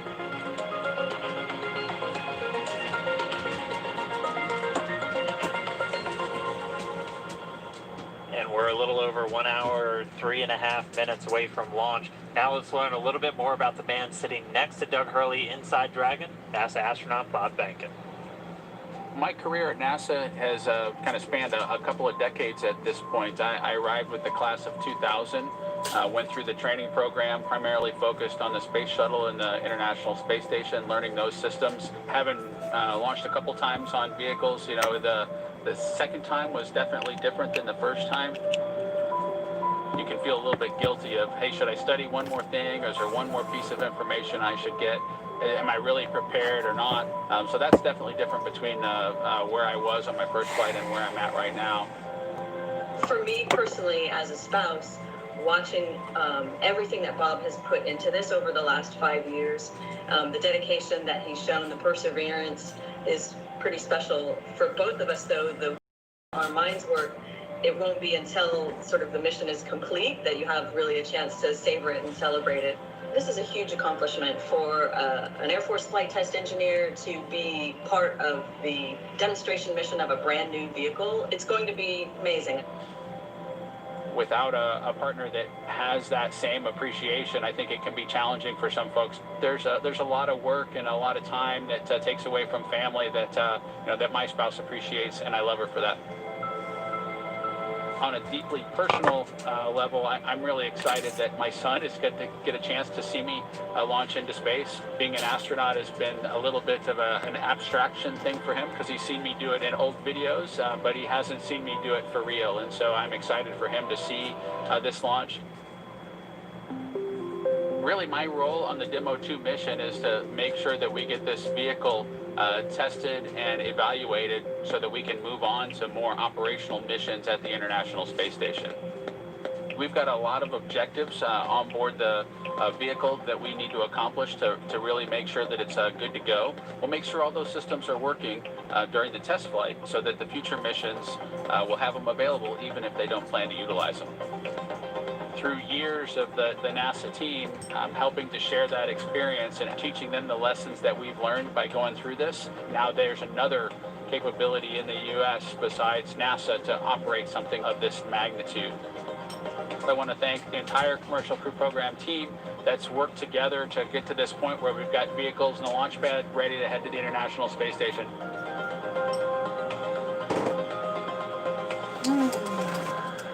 If we look even further into the not-so-distant future, flying on a mission to space will be an option for more people as SpaceX plans to also fly private astronauts on board Dragon.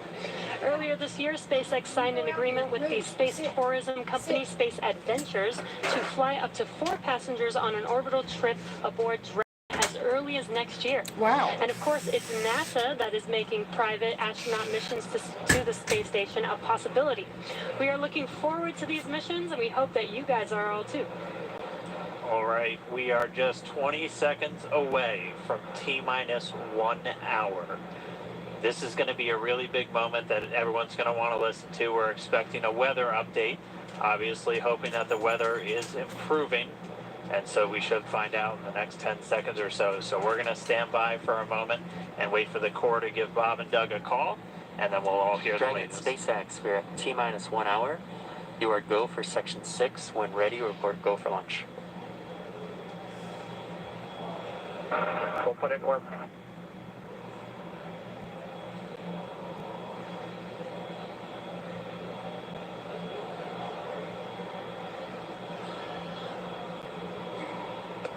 And that right there was a call for the crew to refer to some of their procedures. They do some final checks. You can see them checking harnesses, checking helmets, just making sure that they're strapped in and ready to go. And once they're done with that, the crew will report their readiness for launch.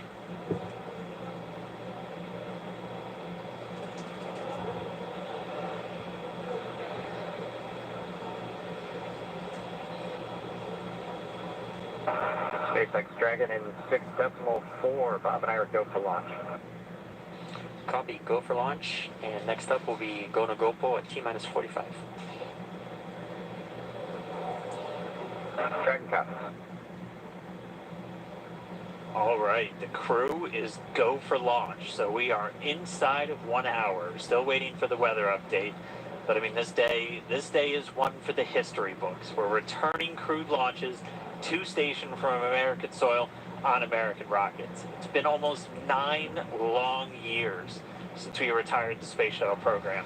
I remember that day. I'm going to remember this day. It's been a long road to get here, countless hours by thousands of dedicated professionals from NASA and SpaceX. It's been an exciting week, but this last final hour is just so exciting right now. Today's mission will be Crew Dragon's second test flight and its first test with humans on board. It's been an awesome countdown so far. Weather, we're still waiting for that update, so it's still a watch item, but the crew is go for launch, so at T-minus 45 minutes, hopefully we'll get an update on that weather.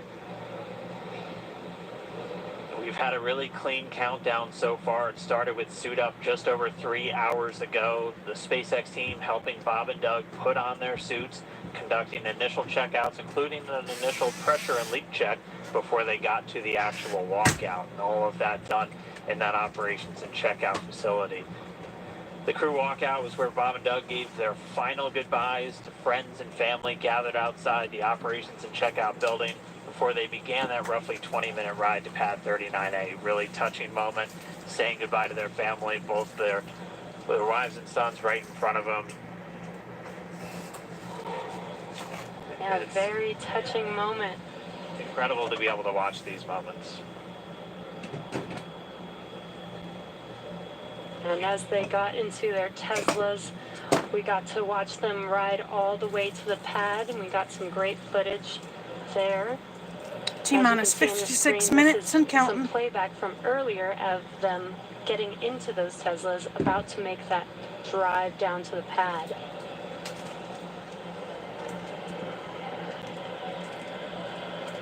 And once they got to the pad, they did take a minute to take in the sights, and they headed up the fixed service structure to begin the process called crew ingress, where Bob and Doug entered. And there you can see on your screen as they're coming through the crew access arm, entering the white room right before they are able to ingress into the vehicle there. So just come here. Again, this is from earlier. Yeah, this all from earlier, and as we said, that white room is the last place on planet Earth they're standing before they climb into Dragon for the ride uphill. SpaceX carrying over a tradition that NASA had, where that was traditionally the room from Gemini, Apollo, and the Space Shuttle, that last place. About 30 minutes ago, we're back with some live video here. The team was able to close Dragon's hatch with Bob and Doug safe inside. So we are under an hour ago. Things are going to pick up as we get close to that go, no go to begin propellant loading and then arming the launch escape system. The crew pull for readiness was completed at T-minus 60 minutes, and the Dragon pull for prop load is coming up here in just about 30 seconds at T-minus 55 minutes. And then following that will be T-minus 45 minutes will be the internal mission control Hawthorne pull, and then the launch director's pull for propellant loading. When we get to about T-minus 40 minutes, the crew access arm will retract, and Bob and Doug will get the call to close their visors and arm the launch escape system. This is the automated system in place that can fire the 8 Super Draco thrusters on Dragon to quickly separate the crew from the rocket, either on the pad or during the flight on the ride uphill. And then once we reach T-minus 35 minutes, propellant loading for the Falcon 9 will begin. We got there on Wednesday. We got all the way down to about 17 minutes before launch before we had to cancel because of weather. But we're optimistic right now. The conditions have been improving, and so we're looking to press ahead once again into loading fuel onto that Falcon 9 rocket. Throughout the countdown, we've been getting some incredible views of the astronauts inside Dragon, just making all of their final preparations, some close-up views of their suits and on the displays as they just are strapped in and ready for launch. The teams often describe the suits as an extension of that Dragon spacecraft. You can always think of it as a mini spacecraft inside of a spacecraft. Got all of the life support, everything that they need, just like the Capsule. The Countdown 1 technical pull is complete. No constraints to proceed into launch escape system arming and propellant load. And there's that call out that the crew is ready. They are ready to load prop onto Dragon. So we are pushing forward towards T0. And while those suits do look great, they are also engineered to connect directly into Dragon's seats to provide communications, cooling, and the ability to pressurize if necessary. All right, well, we did get the call out that the technical teams on the ground are ready for launch escape arming and propellant loading. Again, things starting to pick up, things really starting to feel real.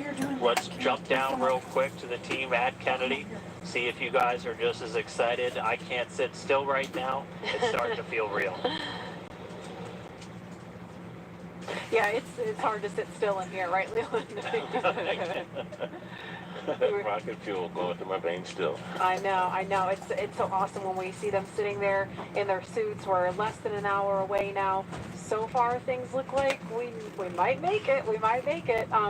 So I want to ask you what it was like the first time you put on a spacesuit when you knew you were going to space. Oh, that was February of 2008. We were in the ONC building getting the pumpkin suits on. A little bit different than the SpaceX fly SpaceX suits, but it was kind of surreal, you know. And to think that all these, it took 10 years of training to fly in space. It took me 10 years from when I got in the Corps in 1998 to flying in February of 2008. So it was a long road to get there, but it was so worth it and so sweet. And you know, learning how to use the green apple, the connections for oxygen, for cooling, much different than these suits that we have with SpaceX. And so it's a lot more complicated to go through that whole series of things that you have to do to make sure you're safe in the suit. But we've evolved, we're ready, and they look so cool and calm and collected in their suits and in the vehicle. They're focusing and getting ready to fly in space.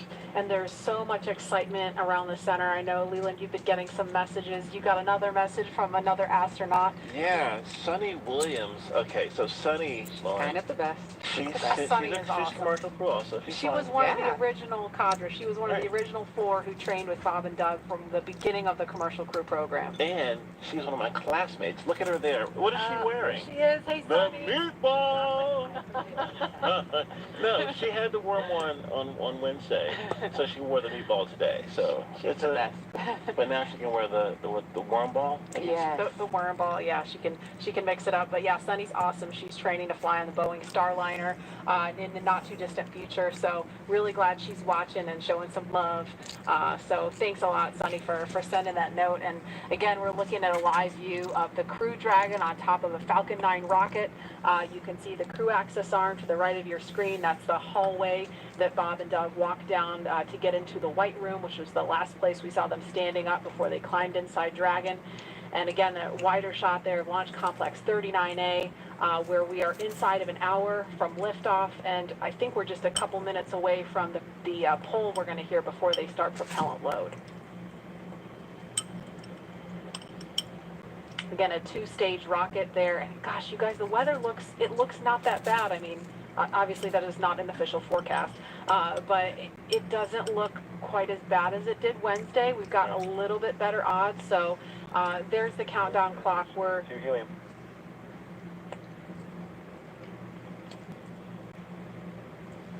going to pause to listen to that comm.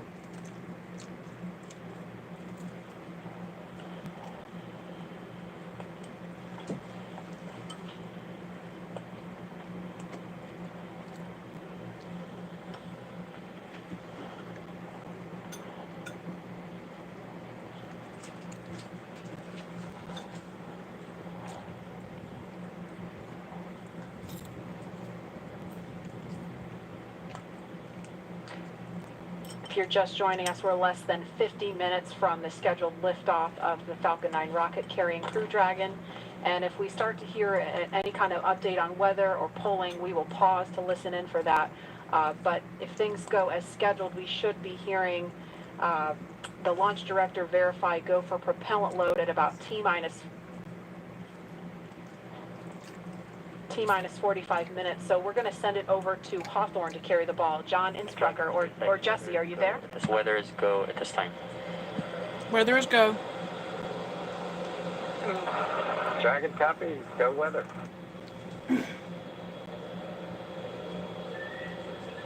And there you heard that call out. So far we have good weather. We are go for launch today. This is getting really exciting. Good. I don't know about you, Dan, but my heart is beating pretty fast right now. Yeah, we've been waiting for those words since Wednesday. Oh, and yeah. we did hear a call to the crew, just in case you missed it, that they were only tracking one final weather constraint. It was the cumulus cloud rule. They were expecting it to clear up within 10 minutes, and it's cleared up now. So we are currently go on weather.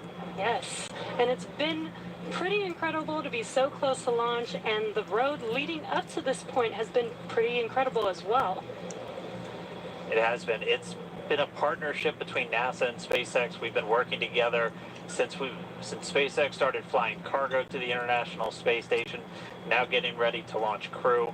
And we've been really fortunate to work with not only a lot of international partners on the International Space Station, but a lot of... As a reminder, here in the control room, we'll be closing doors here once we start with propellant load. Any last-minute bio breaks, please go ahead and accomplish those in the next few minutes. And the launch director just getting the teams ready. We'll be coming up on that propellant loading. Again, that starts at about 35 minutes prior to liftoff, so in about 12 minutes from now. There's going to be a go, no go coming up really soon. So let's go over to our man, John I, for the latest. John? T-minus 47 minutes, 24 seconds. We're continuing to count down. As you just heard, the launch director and launch team are preparing for the readiness for launch poll. Now, the launch director is currently checking with Dragon mission director and NASA launch manager for their readiness. And actually, it sounds like everybody is good there. The launch director will then ask the team, he'll tell them the poll is open, and the 13 members of the SpaceX launch team will be electrically polled for their go to load propellant, as well as continue all the way to launch. Now, we will hear that poll results and a briefing from the launch director at about T-minus 45 minutes. The good news right now is that the weather is go. All the conditions that were red shortly a while ago at T-minus 1 hour have cleared. We're, as the weather forecaster said, cautiously optimistic. Countdown. The probability Poll is complete. We're go for propellant load. All right. Go for propellant load. Well, we got an early call out there. Launch control clear to retract the access arm on time. Cover that. Arming access arm retracted. T-minus 45 minutes. Got an early call from SpaceX launch director Mike Taylor that the poll is go. He also heard the direction T-minus 45 minutes to prepare for retract of the crew arm. As we hear more discussion, we'll stop and let you listen in. But right now, weather for liftoff, ground level winds are good, 10 to 15 miles an hour, well within limits. Upper altitude balloons show that conditions are acceptable. The red weather conditions have cleared up, the last one being cumulus clouds. And the probability of violation is set at 30% right now, so that's 70% chance of good weather. We're continuing to watch. There is about a less than 10% chance of lightning. We're also watching the abort corridor off of the Atlantic coast. In case, for example, at stage separation, Dragon had to abort into the ocean. The conditions there are acceptable. There has not been lightning lately. The weather, winds are good, light rain. It is go, but NASA is going to continue to watch those conditions. T-minus 45 minutes and counting. Reminder on hold and launch escape protocol. For non-urgent no-go conditions, brief CE or LD, and they will approve aborting launch auto-sequence and proceed to launch abort. For urgent issues affecting the safety of the operation, operators shall call hold. Control will immediately abort the launch auto-sequence and proceed to the launch abort auto-sequence. Operators shall also advise launch director whether structural breaker fire is imminent or occurring for Dragon manual escape flight rules. A reminder on fire alarm instructions. They were pulling the arm away. Of a fire alarm, key operators previously briefed will remain at their post while the alarm is evaluated. In the event that personal safety is threatened, evacuate the south-facing emergency exit, which leads directly outside. At this time, weather is go for launch. You can see on the screen, we're inside T-minus 40. We're T-minus 44 minutes, 5 seconds. Crew access arm retract has begun. SpaceX launch director has given the final brief to the crew. and we will be beginning propellant loading at T-minus 35 minutes. So right now on Falcon 9, we're ready to get into propellant loading. Dragon, crew, getting configured, set up. The arm is pulling away. The range is go for launch. They continue to monitor the air and the sea space. Everything looks good. And we finally have gotten green across the board on the weather conditions, but we can't take a deep breath quite yet. We're going to have to watch the weather all the way down to T0, both here at Kennedy Space Center and out in the Atlantic in the abort zones. Now earlier we saw many of you following the launch from the United States on our hotspot map. Now that we're inside an hour, we're That seeing water large tower numbers just of says folks Cape logged on, Canaveral. tuning in from coast to coast and around the world. So we'd like to know, is this your first time watching a launch live, not counting Wednesday? And if not, how many have you seen before? Tell us using the hashtag LaunchAmerica from your favorite social media platform. And with that, at T-minus 42 minutes, 50 seconds, conditions are go, and we are counting down for an on-time launch. I feel my Let's first send it back launch over to person. Kennedy Space Center as the action begins to pick up on the pad. Dragon, SpaceX, you are go for Section 7, close visors, and arm launch escape system. Lock and load. We will put Section 7 in work. Visors come and close.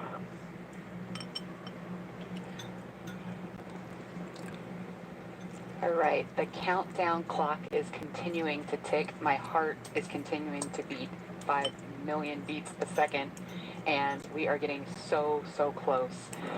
Dragon in 7.2. Visors are closed. We're arming launch escape system. Copy. And as you just heard, the crew is arming the launch escape system. That is one of the absolute last big milestones prior to liftoff, other than nominal Falcon operations.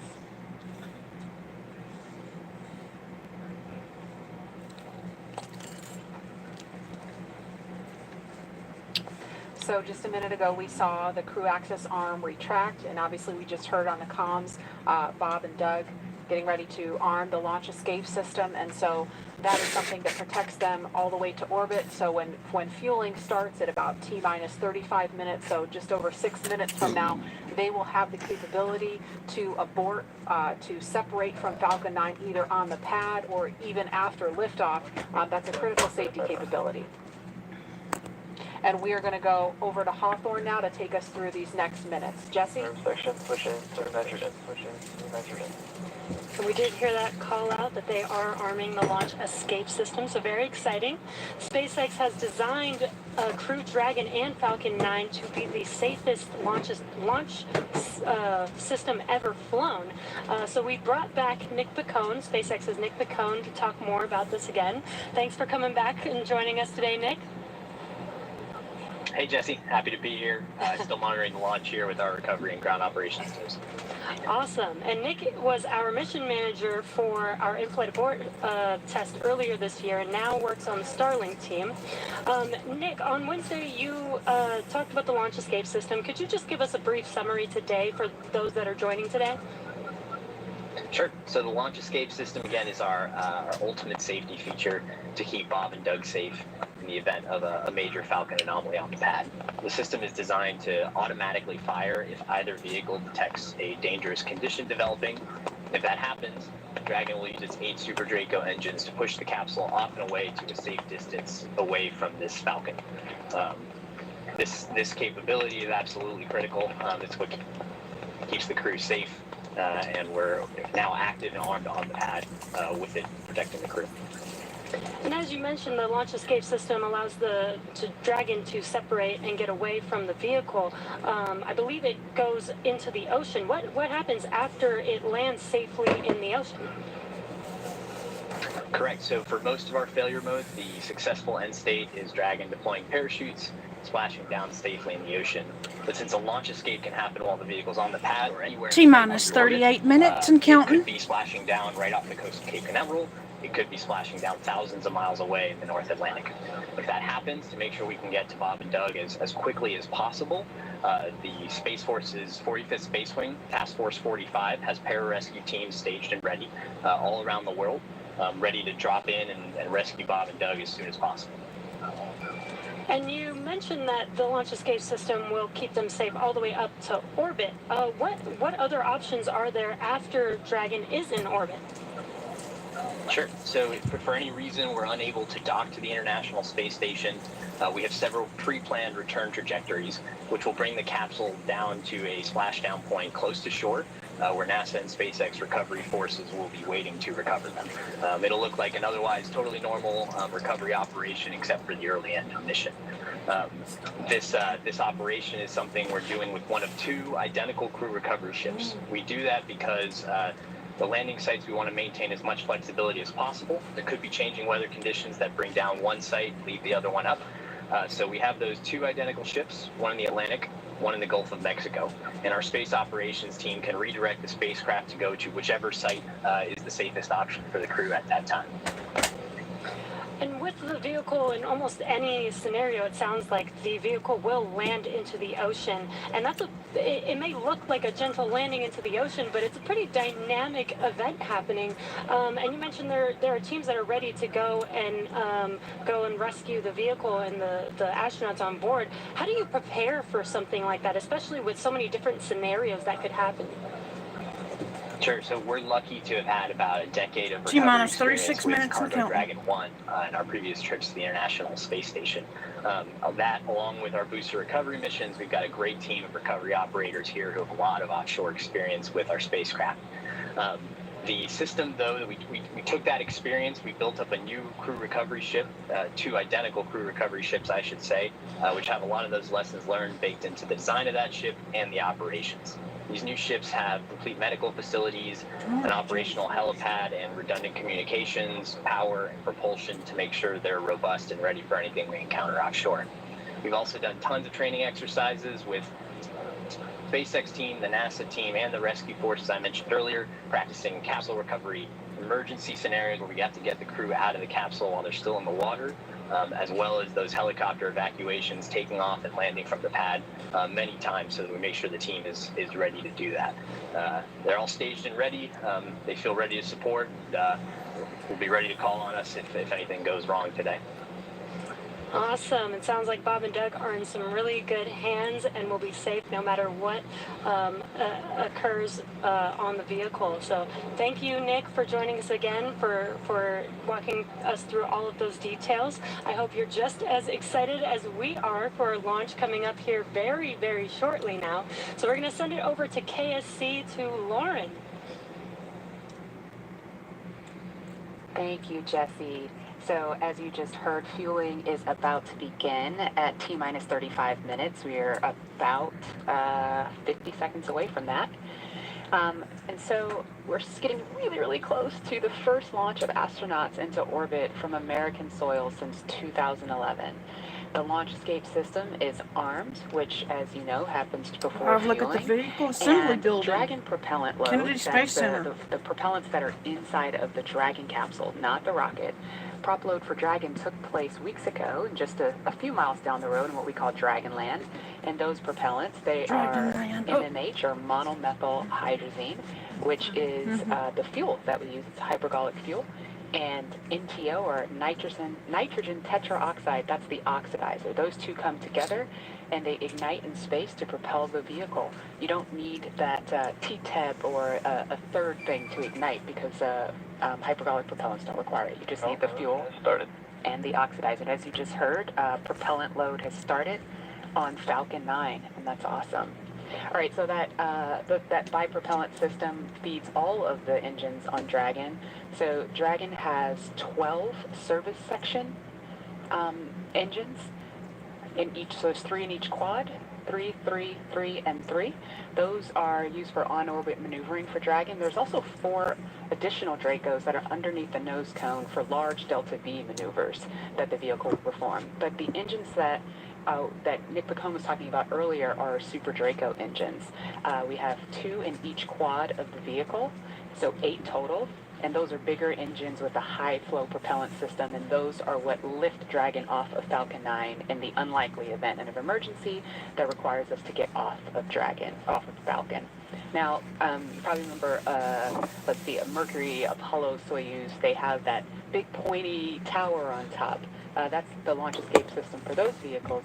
It's actually just another rocket on top of the spaceship that lifts the vehicle off.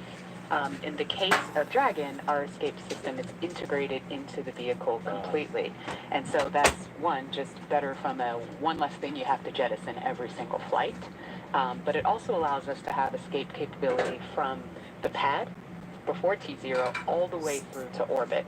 And so even at the very last minute, if we needed to get off of stage 2 while we're in space, we could actually escape to orbit. So yeah, that's the escape system for little baby Dragon here.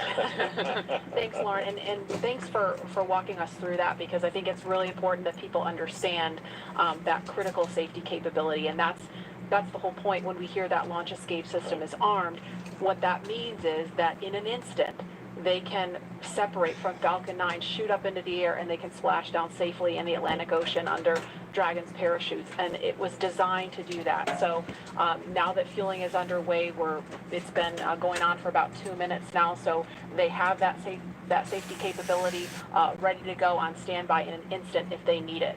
And so we want to go over to Hawthorne now for an operational update from John Innsbrucker. John? Fuel in stage 2 fuel, all flow rates tracking nominally.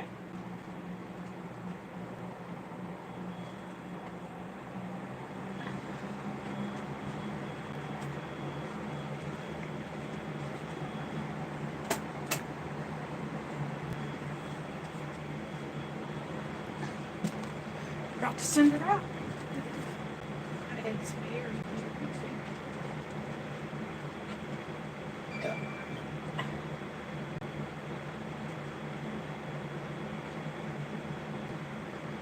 We're T-minus 32 minutes, counting down.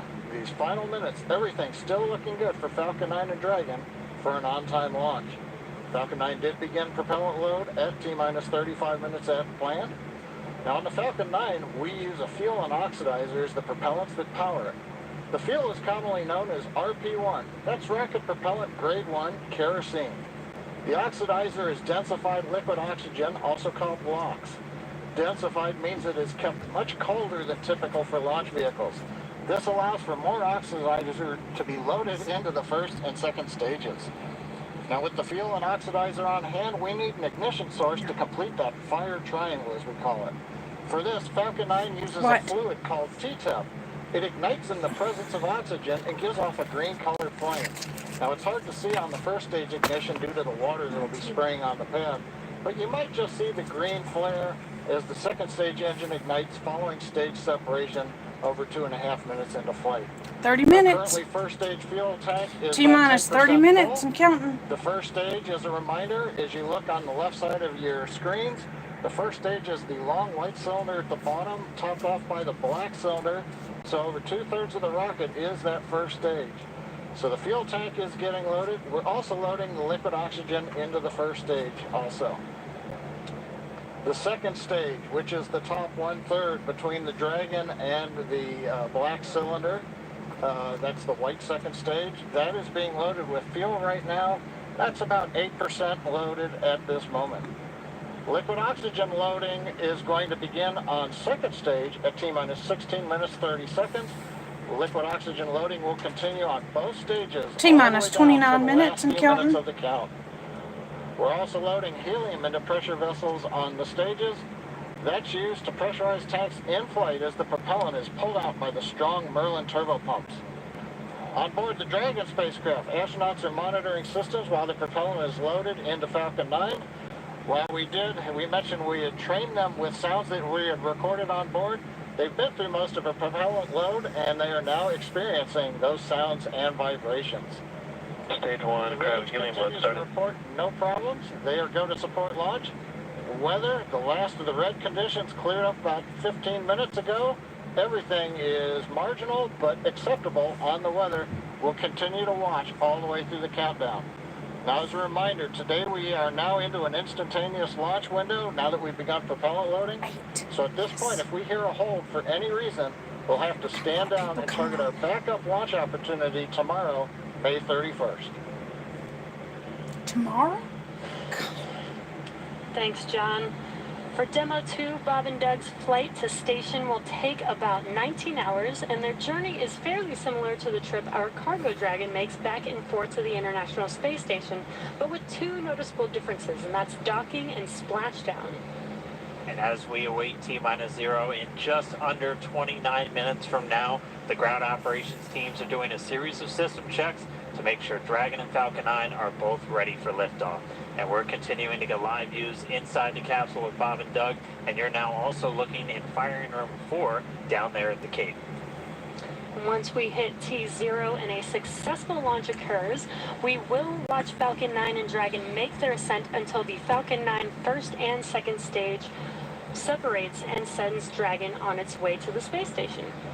And at this point, mission operators will prepare Dragon for on-orbit operations, where the vehicle will execute a series of burns that gradually raise its orbit to align more closely with the space station, as you can see in this animation. And just after putting Dragon into the same orbital plane as the station, the teams will get ready for Dragon's approach and docking maneuvers. The next Dragon will make its approach and actually dock with the space station. And this is a very different process from what we've seen with Dragon cargo deliveries in the past, which use a process called berthing. Berthing requires a spacecraft to approach the station and then stop so a crew member can maneuver the station's robotic arm to capture the spacecraft. Docking on this version of Dragon can be done autonomously with no crew on board the station. It's typically a faster process, both when arriving and leaving, but it does still require pinpoint accuracy to approach safely. Once captured, a spacecraft then gets attached to a common berthing mechanism, same type of port that we T-minus 26 minutes and counting. modules on the station together. It's a little bit slower of a process, but the hatches are significantly larger than the docking ports, which makes them perfect for bringing up those really big cargo items. Dragon will spend up to 120 days docked before preparing to return home. Following successful completion of Dragon's test objectives and cargo loading operations, the crew will close the cabin, perform final system checks, and configure the vehicle for undocking. Once the automated undocking sequence is complete, Dragon will complete 2 departure burns using its Draco engines, pushing it away from the space station. And next up on the trip, the orbit entry and landing, or splashdown, which is going to cover all the operations following that final departure maneuver. It's going to include events like the trunk separation, closing of the nose cone, a deorbit T-minus burn, 25 and then minutes and eventually as counting. they get into the atmosphere, the deployment of the drogue and the main parachutes, and all of that ends with splashdown right off the Florida coast. At that point, teams from SpaceX will move in with their recovery ship, grab the capsule out of the water, and work to get Bob and Doug out of Dragon after a successful mission in space.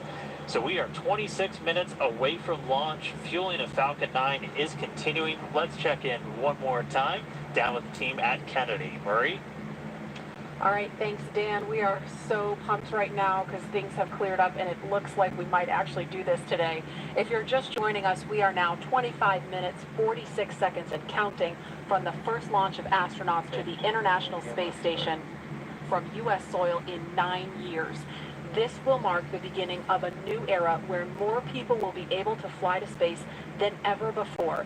And we want to share with you the results of a poll we asked a little earlier. If you could go to the moon, it's not where the astronauts are going today, they're going to the space station, but if you could go to the moon, would you rather visit the South Pole, where no one has been before, or the Apollo 11 landing site?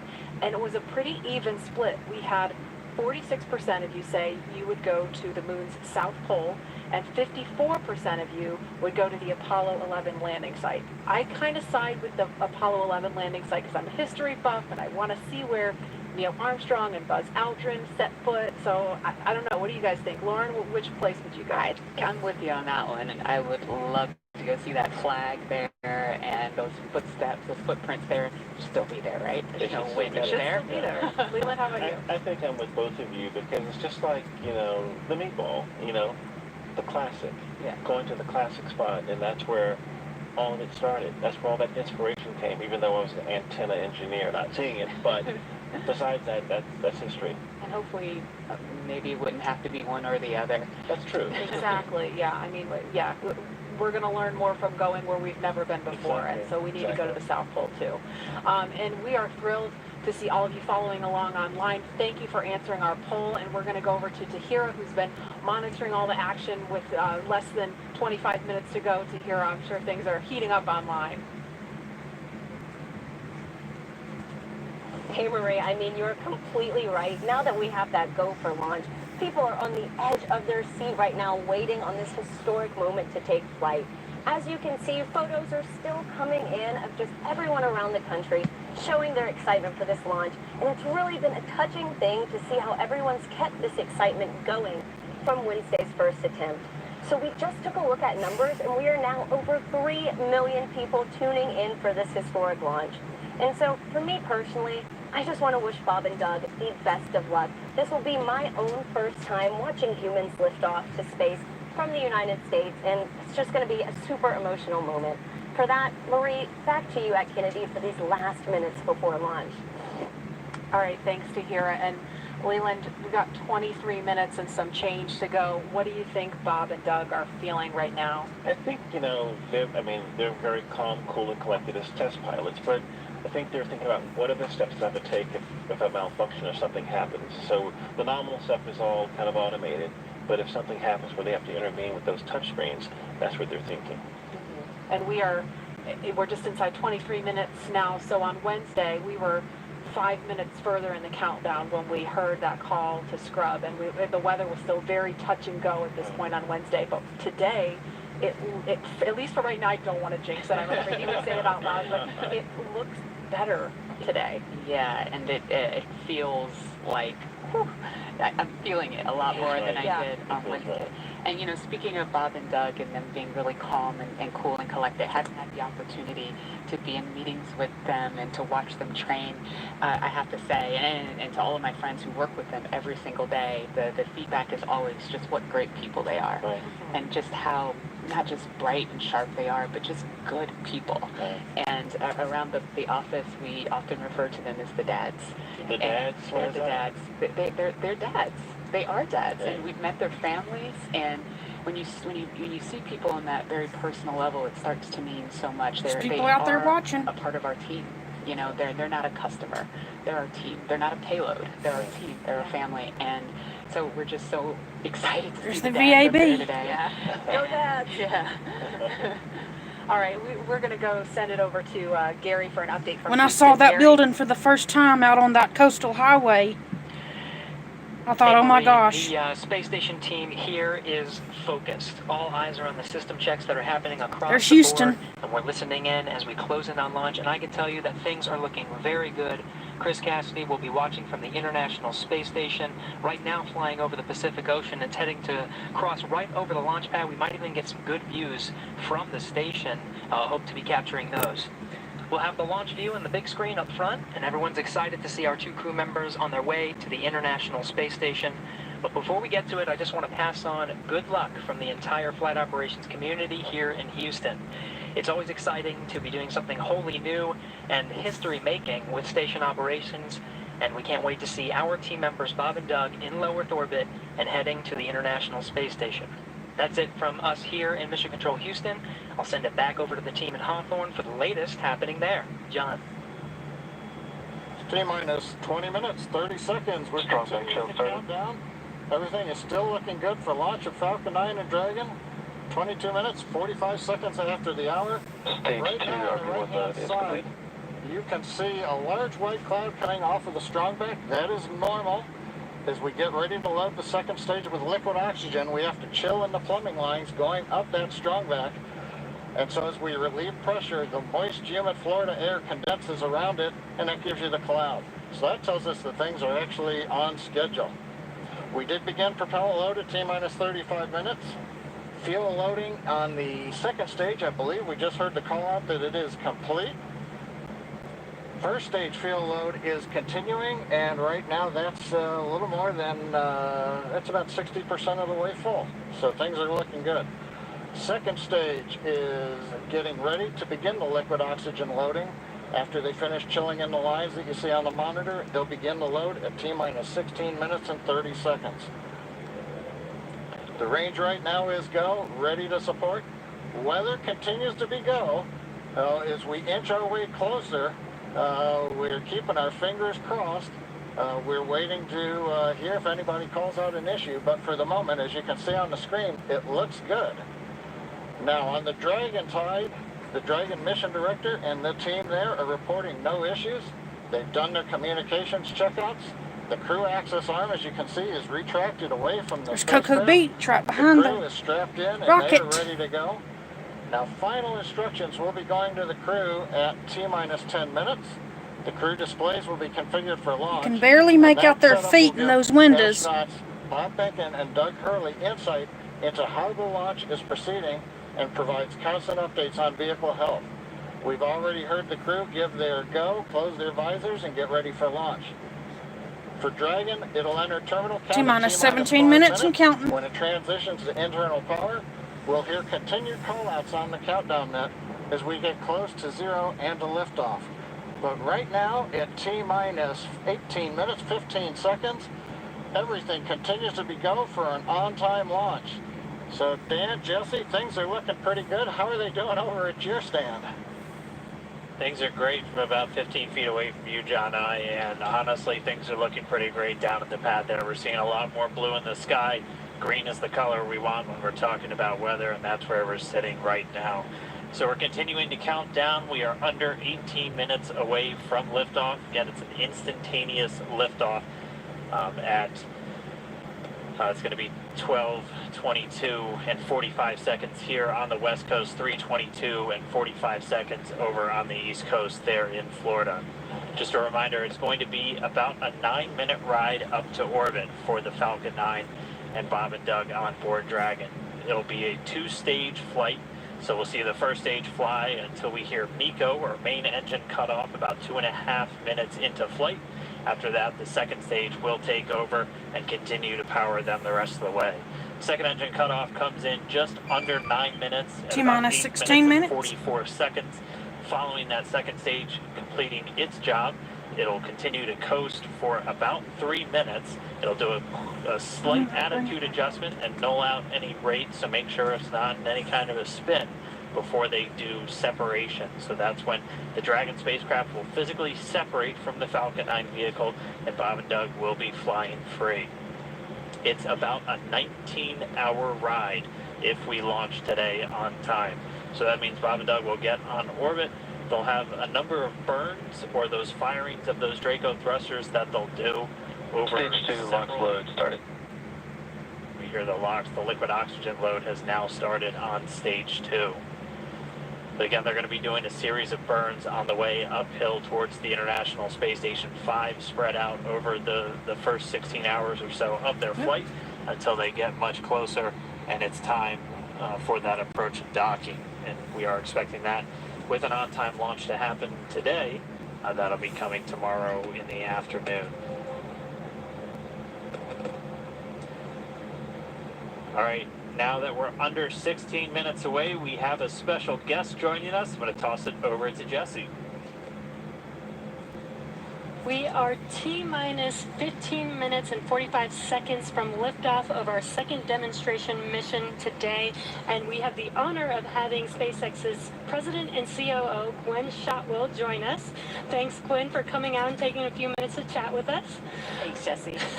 We know you've been on console. How's the countdown been going so far in there? Countdown is clean today, just like it was Wednesday. We did clear the weather hurdles sooner than we did on Wednesday. And the only thing we're watching right now is downrange weather and lightning at the staging location. Of course. But we will clear that hurdle at T-minus 7 minutes. Awesome. Great. Very exciting. Now I'm going to throw it back to 2012 because you were on console for Dragon when it was first making its way to the space station. How does that experience compare to today? Stage 2 launches on the DPU. So I was nervous then. I stopped getting nervous for launches. Today I'm nervous again. Super nervous. Stomach and throat. Understandable.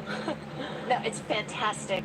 Fantastic day today. I'm really excited. The team is pulled together. It's such a professional operation. And when I say team, by the way, I mean SpaceX and NASA. These folks have been working incredibly hard and have done a fantastic job. Yes, and we are all so excited.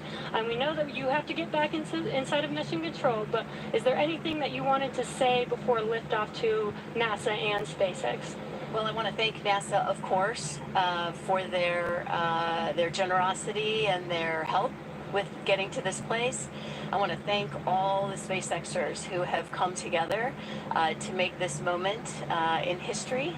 And I want to thank Elon for hiring me. We thank Elon for hiring you as well. Thank you so much for joining us. We'll let you get back to Mission Control. And good luck with launch today. Thanks, Jesse, and Godspeed, Bob and Doug. Well, we are so excited. We are just a few minutes away from countdown, so we are going to turn it over to Dan and John for the final minutes in terminal count. Sure Take did. it away, John. T-minus 13 minutes, 30 seconds, continuing the countdown.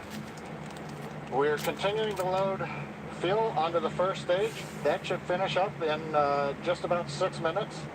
Fuel is completely loaded on the second stage. That's closed out. And we are continuing to load liquid oxygen on both the first and second stage.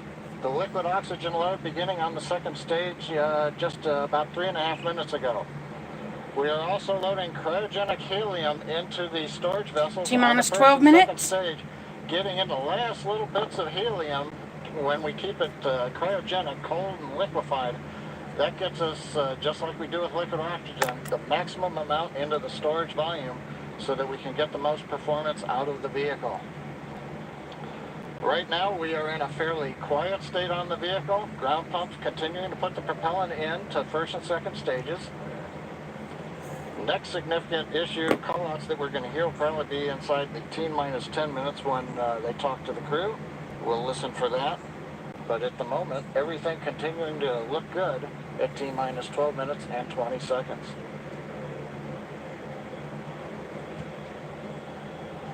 We're getting real close now, John. It's only a little over 12 minutes away. Just a reminder for everybody, it's about a 9-minute ride uphill. We'll have some dueling boxes going on as the first stage is going to be coming home while the second stage is carrying Bob and Doug into orbit. But obviously, we'll be keeping an eye on our astronauts the whole way uphill. Some of the calls that you'll be hearing, as there will be what we call performance calls over the Dragon to ground the entire way uphill. And you'll just hear some of the SpaceX engineers calling out trajectories and booster performance, so we're always looking for that word nominal. I know that's one of John's favorite words. That's one of mine too. We want to hear nominal as much as possible up on the way uphill. You might also hear some number and letter combinations, and those correspond to the different abort zones that Bob and Doug are in during their flight uphill. There's 1A and 1B, which signify that they're on the first stage. Those carry them from there in the Cape all the way up to about the very top of North Carolina.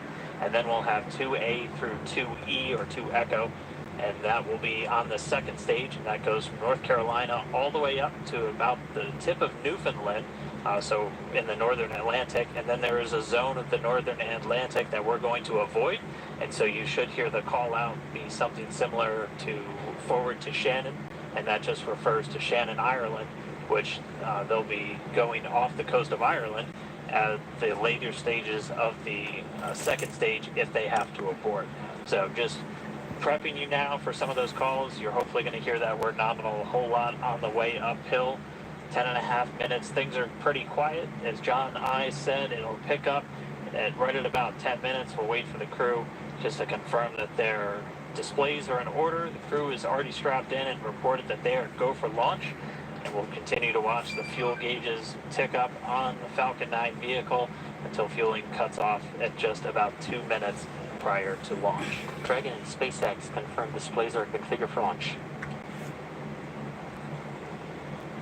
T-minus 9 minutes. Displays are configured for launch.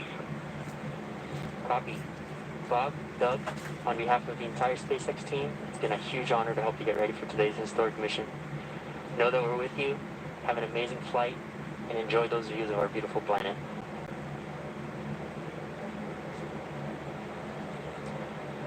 Thanks, Jay.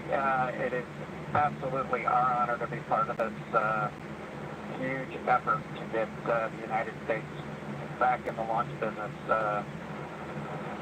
We'll talk to you from orbit. Thank you. Copy all. Thanks for those words. The SpaceX core, so again, that voice is going to be talking to Bob and Doug throughout their mission from right here in Hawthorne, just offering a few quick words. The crew did confirm their crew displays are configured for launch. We are coming up on 9 minutes and counting. We've gotten through T-minus 10 minutes with the crew discussions.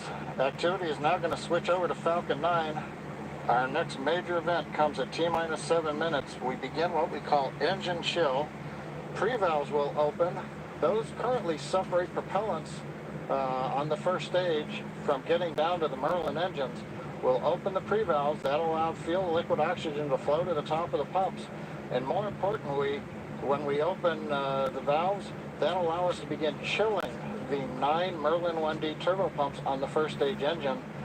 It'll take a few minutes to get them cold enough to where they would then be ready to pass the large amounts of liquid oxygen through the pumps and into the main thrust chambers when we get to engine ignition at T-minus 2 seconds. We don't want to try to run highly chilled liquid oxygen through a warm pump. You would flash that into gas, and running gas through a high-speed pump is not a good thing. So right now, we are waiting for T-minus 7 minutes. That'll start the engine chill. Shortly after that, we will also get the field shut down.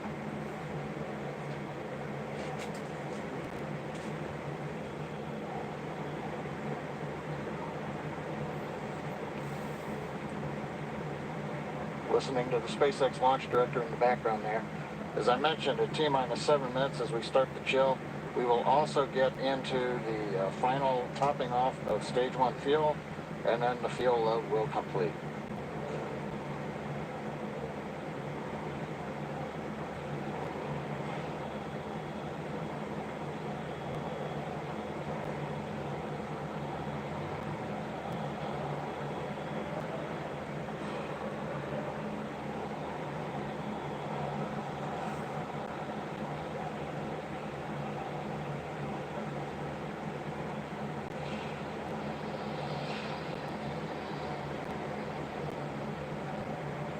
Stage 1 and Stage 2 engine chill has started.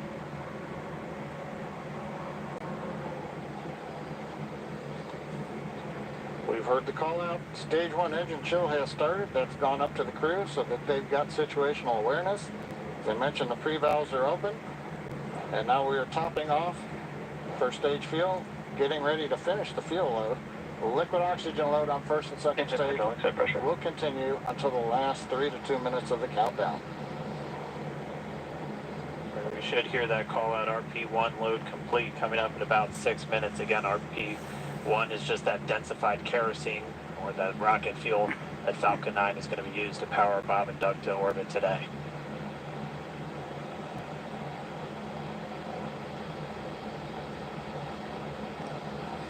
And Stage 1 fuel is closed down.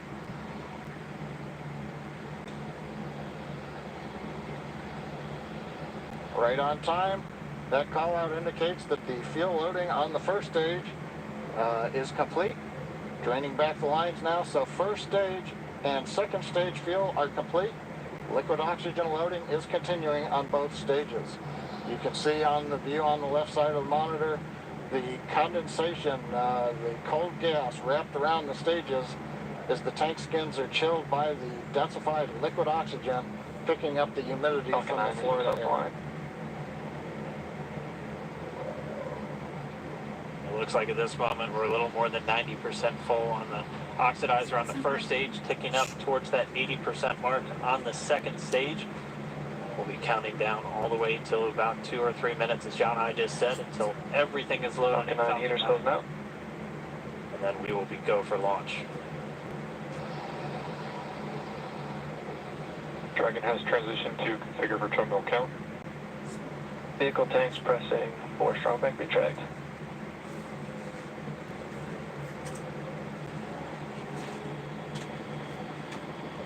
We're pressurizing the Falcon 9 tanks. We're going to open the clamp arm around the second stage and begin to retract the strong back.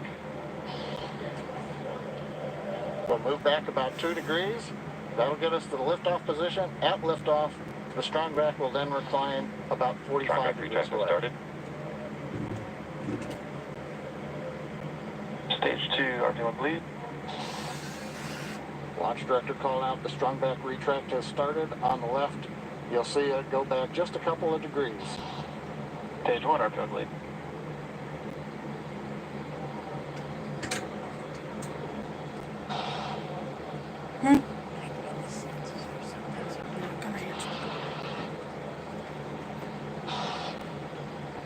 We are just 4 minutes away from liftoff. Again, at this moment, Bob and Doug are really just laser focused on those displays. They have insight directly into Dragon and the Falcon 9. They're able to see where their fuel loading is at, how everything's progressing down with the count. AFTS final setup started.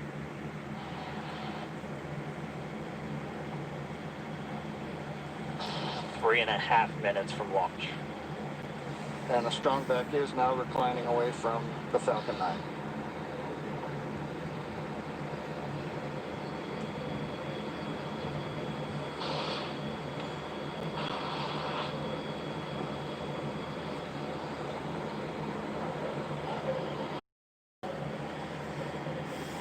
T-minus 2 minutes and counting. I'll go bleed. Dragon has transitioned to terminal count and is on internal power. Stage 1, LOX load closed out. Okay, we're at T-minus 2 minutes, 42 seconds. Stage 1 LOX load is closed out. Stage 2 will continue to load for about another half a minute or so. Once we get the completion of Stage 2 LOX loading, we have to vent down the line, so you'll see another large white cloud coming off of the Strongback. That'll be normal. That'll happen around transitioning to T-minus 1 minute and 40 seconds. We're going on internal power now. Just a few seconds away from the Stage 2 LOX load being complete. It's been almost 9 years since we've been in this position. A lot of work done by thousands of people to get to this point. All our eyes focus on 2 now.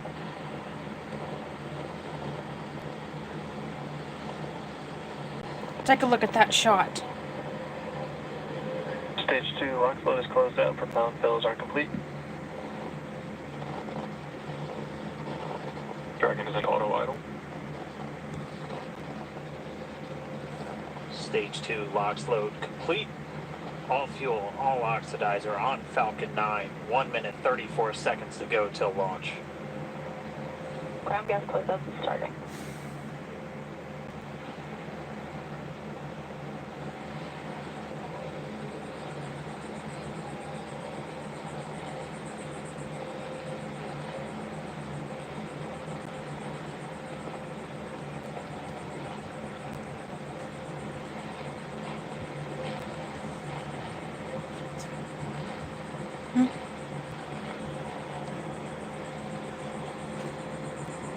Falcon 9 is in startup.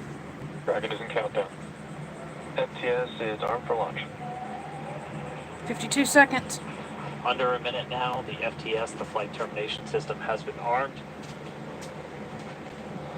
Dragon, SpaceX, go for launch. SpaceX Dragon, we're go for launch. Let's light this candle.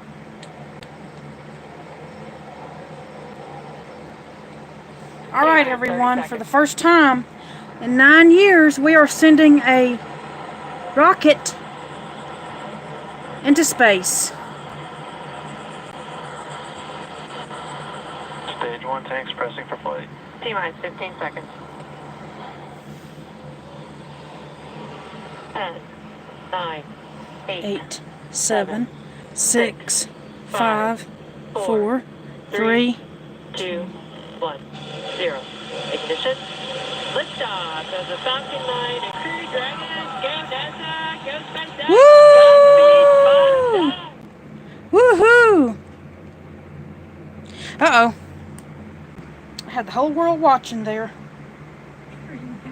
I got it.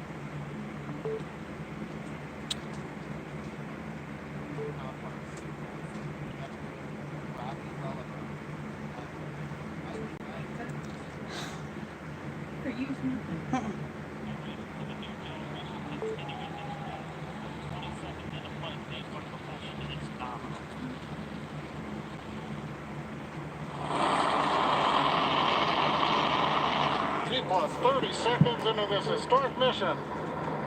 Flying crew on board Dragon and Falcon 9, and look at them go. Falcon power telemetry nominal. M1D throttle down. We're throttling down to get ready for the period of maximum dynamic pressure. We're in the throttle bucket. Reports say all systems are go. Vehicle is supersonic. We've exceeded Mach 1 on the Falcon 9. M1D throttle up. We're throttling back up to full power as we're through max Q. Copy, 1 Bravo. And we heard that 1 Bravo call out. That's just the second abort zone that they're in. They'll continue to be on this until the first stage has done its job and they switch over to the second. At this point, Bob and Doug pulling about 2.3 Gs, 2.3 times the Earth's gravity, already moving at over 1,500 miles per hour. We've heard the call out for MVAC engine chill. That's getting the MVAC engine ready to light. That'll come at about 2:44 into flight. Right now, everything continuing to look good. Next major event coming up is going to be the triple. We'll have main engine cutoff of the 9 first stage engines, stage separation, and then ignition of the second stage engine to continue to carry astronauts into orbit.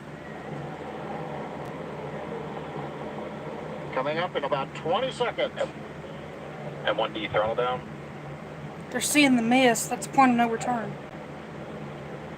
They're already there. We're throttling down the Merlin engines on the first stage.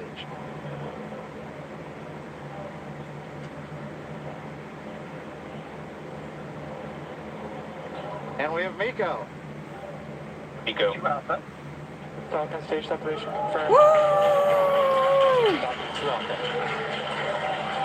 And the Falcon will land itself in Cape Canaveral. That stage will re-land. All right, we have stage separation confirmed. The first stage beginning its flight back. The second stage being powered by that single Merlin 1D vacuum engine has ignited and is now carrying Bob and Doug into orbit. So they're going to continue under the power of this second stage. Stage 2 propulsion is nominal. Which will cut off at SECO, or second engine cutoff, at about 8 minutes and 44 seconds into today's flight. A little over 5 minutes to go still on this second stage. You heard the call out 2 Alpha, so they're now in the longest abort zone that carries them all the way from about North Carolina up the eastern seaboard, almost to Canada. Things looking good though, getting good call outs, nominal propulsion on that second stage. Bob and Doug continuing to make their way into orbit.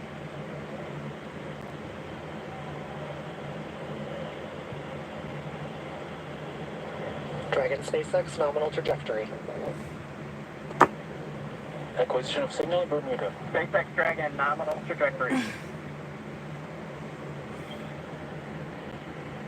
All right, here in nominal trajectory, so Dragon pointed in the right direction, continuing to make their flight uphill. Heard acquisition of signal in Bermuda. That's one of the other ground stations that they're using to get telemetry and data back from this spacecraft. Stage 2 propulsion is still nominal.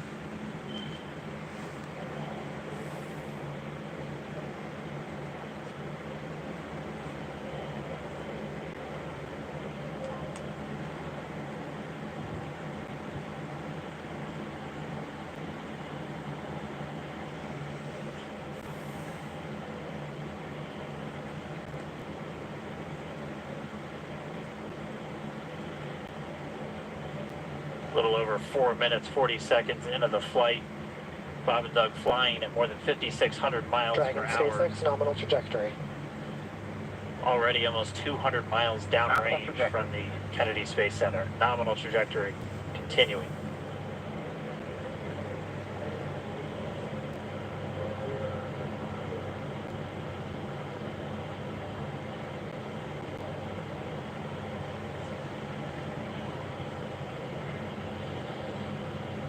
And while they continue uphill, looks like we are getting a view of the first stage as well.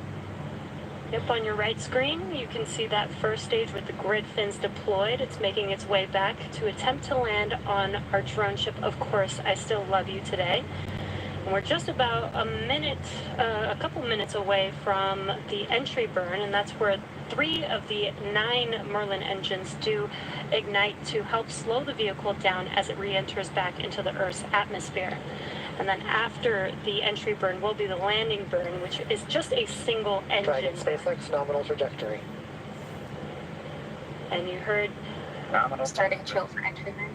There's that call out. They are still on a nominal trajectory on Dragon. Still on second stage, and that's that MVAC engine on second stage on your left screen.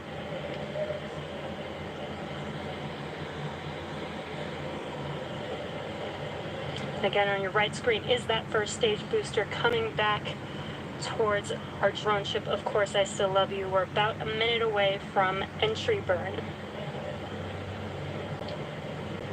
Meanwhile, that second stage continuing to power Dragon into orbit. Again, if you're keeping an eye on that timer, that's going to continue to burn until 8 minutes and 44 seconds into flight. So a little over 2 minutes from now, we'll hear the call out Seco. It'll then be a little Stage 2 propulsion is still good. A little over 3 minutes until Dragon physically separates from the second stage of the Falcon 9 after the upper Dragon stage gets a SpaceX chance. nominal trajectory. Dragon copies, nominal trajectory. Continuing to check in with Bob and Doug as they are on a nominal trajectory. Just about 10 seconds away from that first stage, starting that entry burn on your right screen. We should be able to see that view live. Stage 1 entry burn started.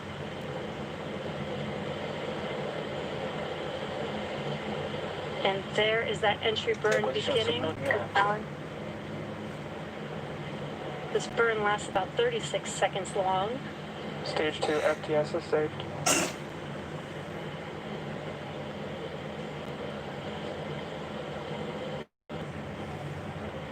Actually, just within a few seconds of each other. Such a cool view on your left screen, seeing Bob and Doug on Dragon. Right now you can see the displays that they are seeing right now themselves. Terminal guidance. MVAC throttle step. We are coming up 25 seconds or so away from Seco, or second engine cutoff. This is also the point where Bob and Doug are experiencing their highest G-force. We're seeing the counter tick up to right about 1.8. Copy Shannon. You heard Shannon, so that just means they're in their final abort zones. If they were to abort at this point, it would either be an abort to orbit or to land off the coast of Ireland. Standing by for second Stage 1 landing cutoff started. confirmation. MVAC throttle step. MVAC shut down. Stage 1 landing line. Confirmation of Seco's second engine cutoff. Now we are waiting for our first stage to make its way to our drone ship, Of Course I Still Love You. Dragon SpaceX nominal orbital insertion. Launch escape system confirmation, is disarmed. nominal orbital insertion. Nominal Stage 1 orbital landing insertion. deployed. And what you're seeing on your screen is a live view of our drone ship, where our first stage will be coming down. Looks like we lost that live view, but we'll wait for confirmation of that landing shortly here. Falcon 9 first stage successfully landed. And there you can see on your screen, Falcon 9 has landed. This is the first Falcon 9 to carry humans to orbit, so very exciting for us. And as you can see on your right screen, Bob and Doug are still making their way to their targeted orbit. Someone need a recovery one. So exciting today. It doesn't stop. It does not stop. All right, we did hear again that call out, good orbital insertion, so that means Falcon 9 and Dragon right now exactly where they're supposed to be. And we need a FRC on recovery 1. And it's right at about 12 minutes when Dragon will separate.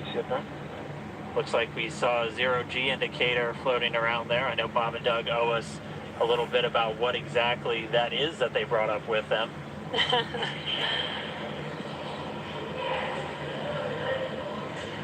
And before separation, before Dragon initiates separation from the second stage, they do make sure to make they do ensure that the vehicle is not spinning and it is in good condition before we separate. That's right, the upper stage does small attitude maneuver using cold gas thrusters built into the rocket body itself. Exactly, so we do expect that separation to occur in about a minute from now, but they do wait until they have full confirmation that it is ready to separate. Such cool views. I cannot get over this view that we are seeing right now. Bob and Doug on the right side of Crew Dragon out in space. Yeah, already 200 kilometers over planet Earth, or a little over 124 miles, traveling in excess of 2,700 meters, 27,000 meters per second, or about 16,000 miles per hour.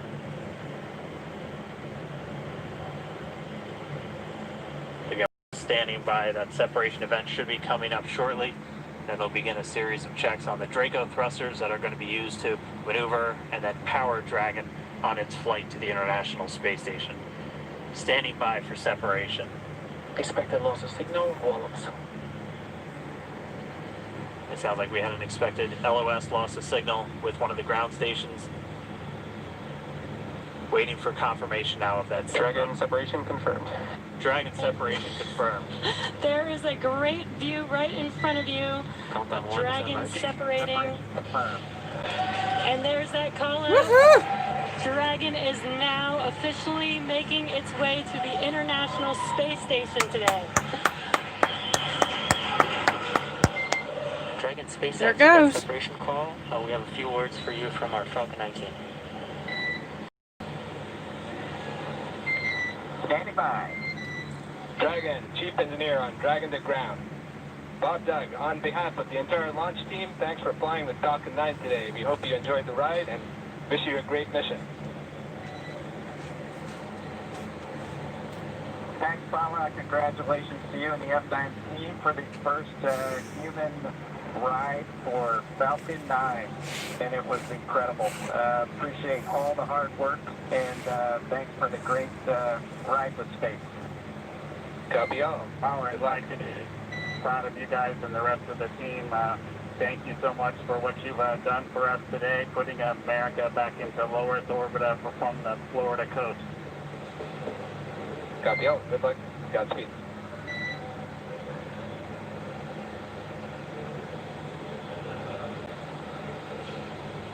All right, so Bob and Doug are in Dragon space. SpaceX, we confirm nominal Equalize activation and service section Draco checkouts. Nose cone deploys in progress. Copy all. We're monitoring. The Corps here in Hawthorne giving the crew a heads up that we have confirmation the nose cone is deploying. So again, that nose cone is going to open up a little bit more than 90 degrees, goes up to about, I think, 105 degrees, and that's going to expose the actual docking ring and the hatch that they're going to be going through once they attach to the International Space Station, and also 4 of those Draco thrusters, we call them the forward bulkhead thrusters, that are going to be used for these major phase burns or firings of those thrusters to actually raise their orbit gradually over the coming hours. Also heard good activation of the Equalize, that's the Environmental Control and Life Support System. That's everything controlling their atmosphere, just keeping Dragon a nice, safe, habitable environment where they're going to be living for the next 19 hours until they arrive at the space station. Right, exactly. And Falcon 9's job may be done for today, but the mission is not over. Crew Dragon's job is not done. As you can see, Bob and Doug are still inside Crew Dragon, making their way. It will be a 19-hour trip to the International Space Station before they dock tomorrow morning. And such cool views. I love that we can get these live views here and see and watch what they're doing now that they are in orbit. Yeah, it's incredible to just be looking over their shoulder, to be along for the ride. And we're going to be with them, and we're going to be with all of you the entire way for their journey to the space station. We're going to be covering live throughout. Bob and Doug will obviously have a sleep period where they'll get about 8 hours of sleep a little bit later today before they wake up for all of their final approach. One of the major things we are looking forward to in the next couple of hours is going to be their first turn at the controls. So they're actually going to be using those touchscreen displays to take control and manually pilot Dragon. We'll walk you through what that's going to look like, and assuming we have some good ground station coverage, we'll be able to get views from right inside Dragon, looking over their shoulder as they manipulate the controls at the display. But I mean, we had a smooth ride uphill, both stages of the Falcon 9 doing their job, placing Bob and Doug into orbit.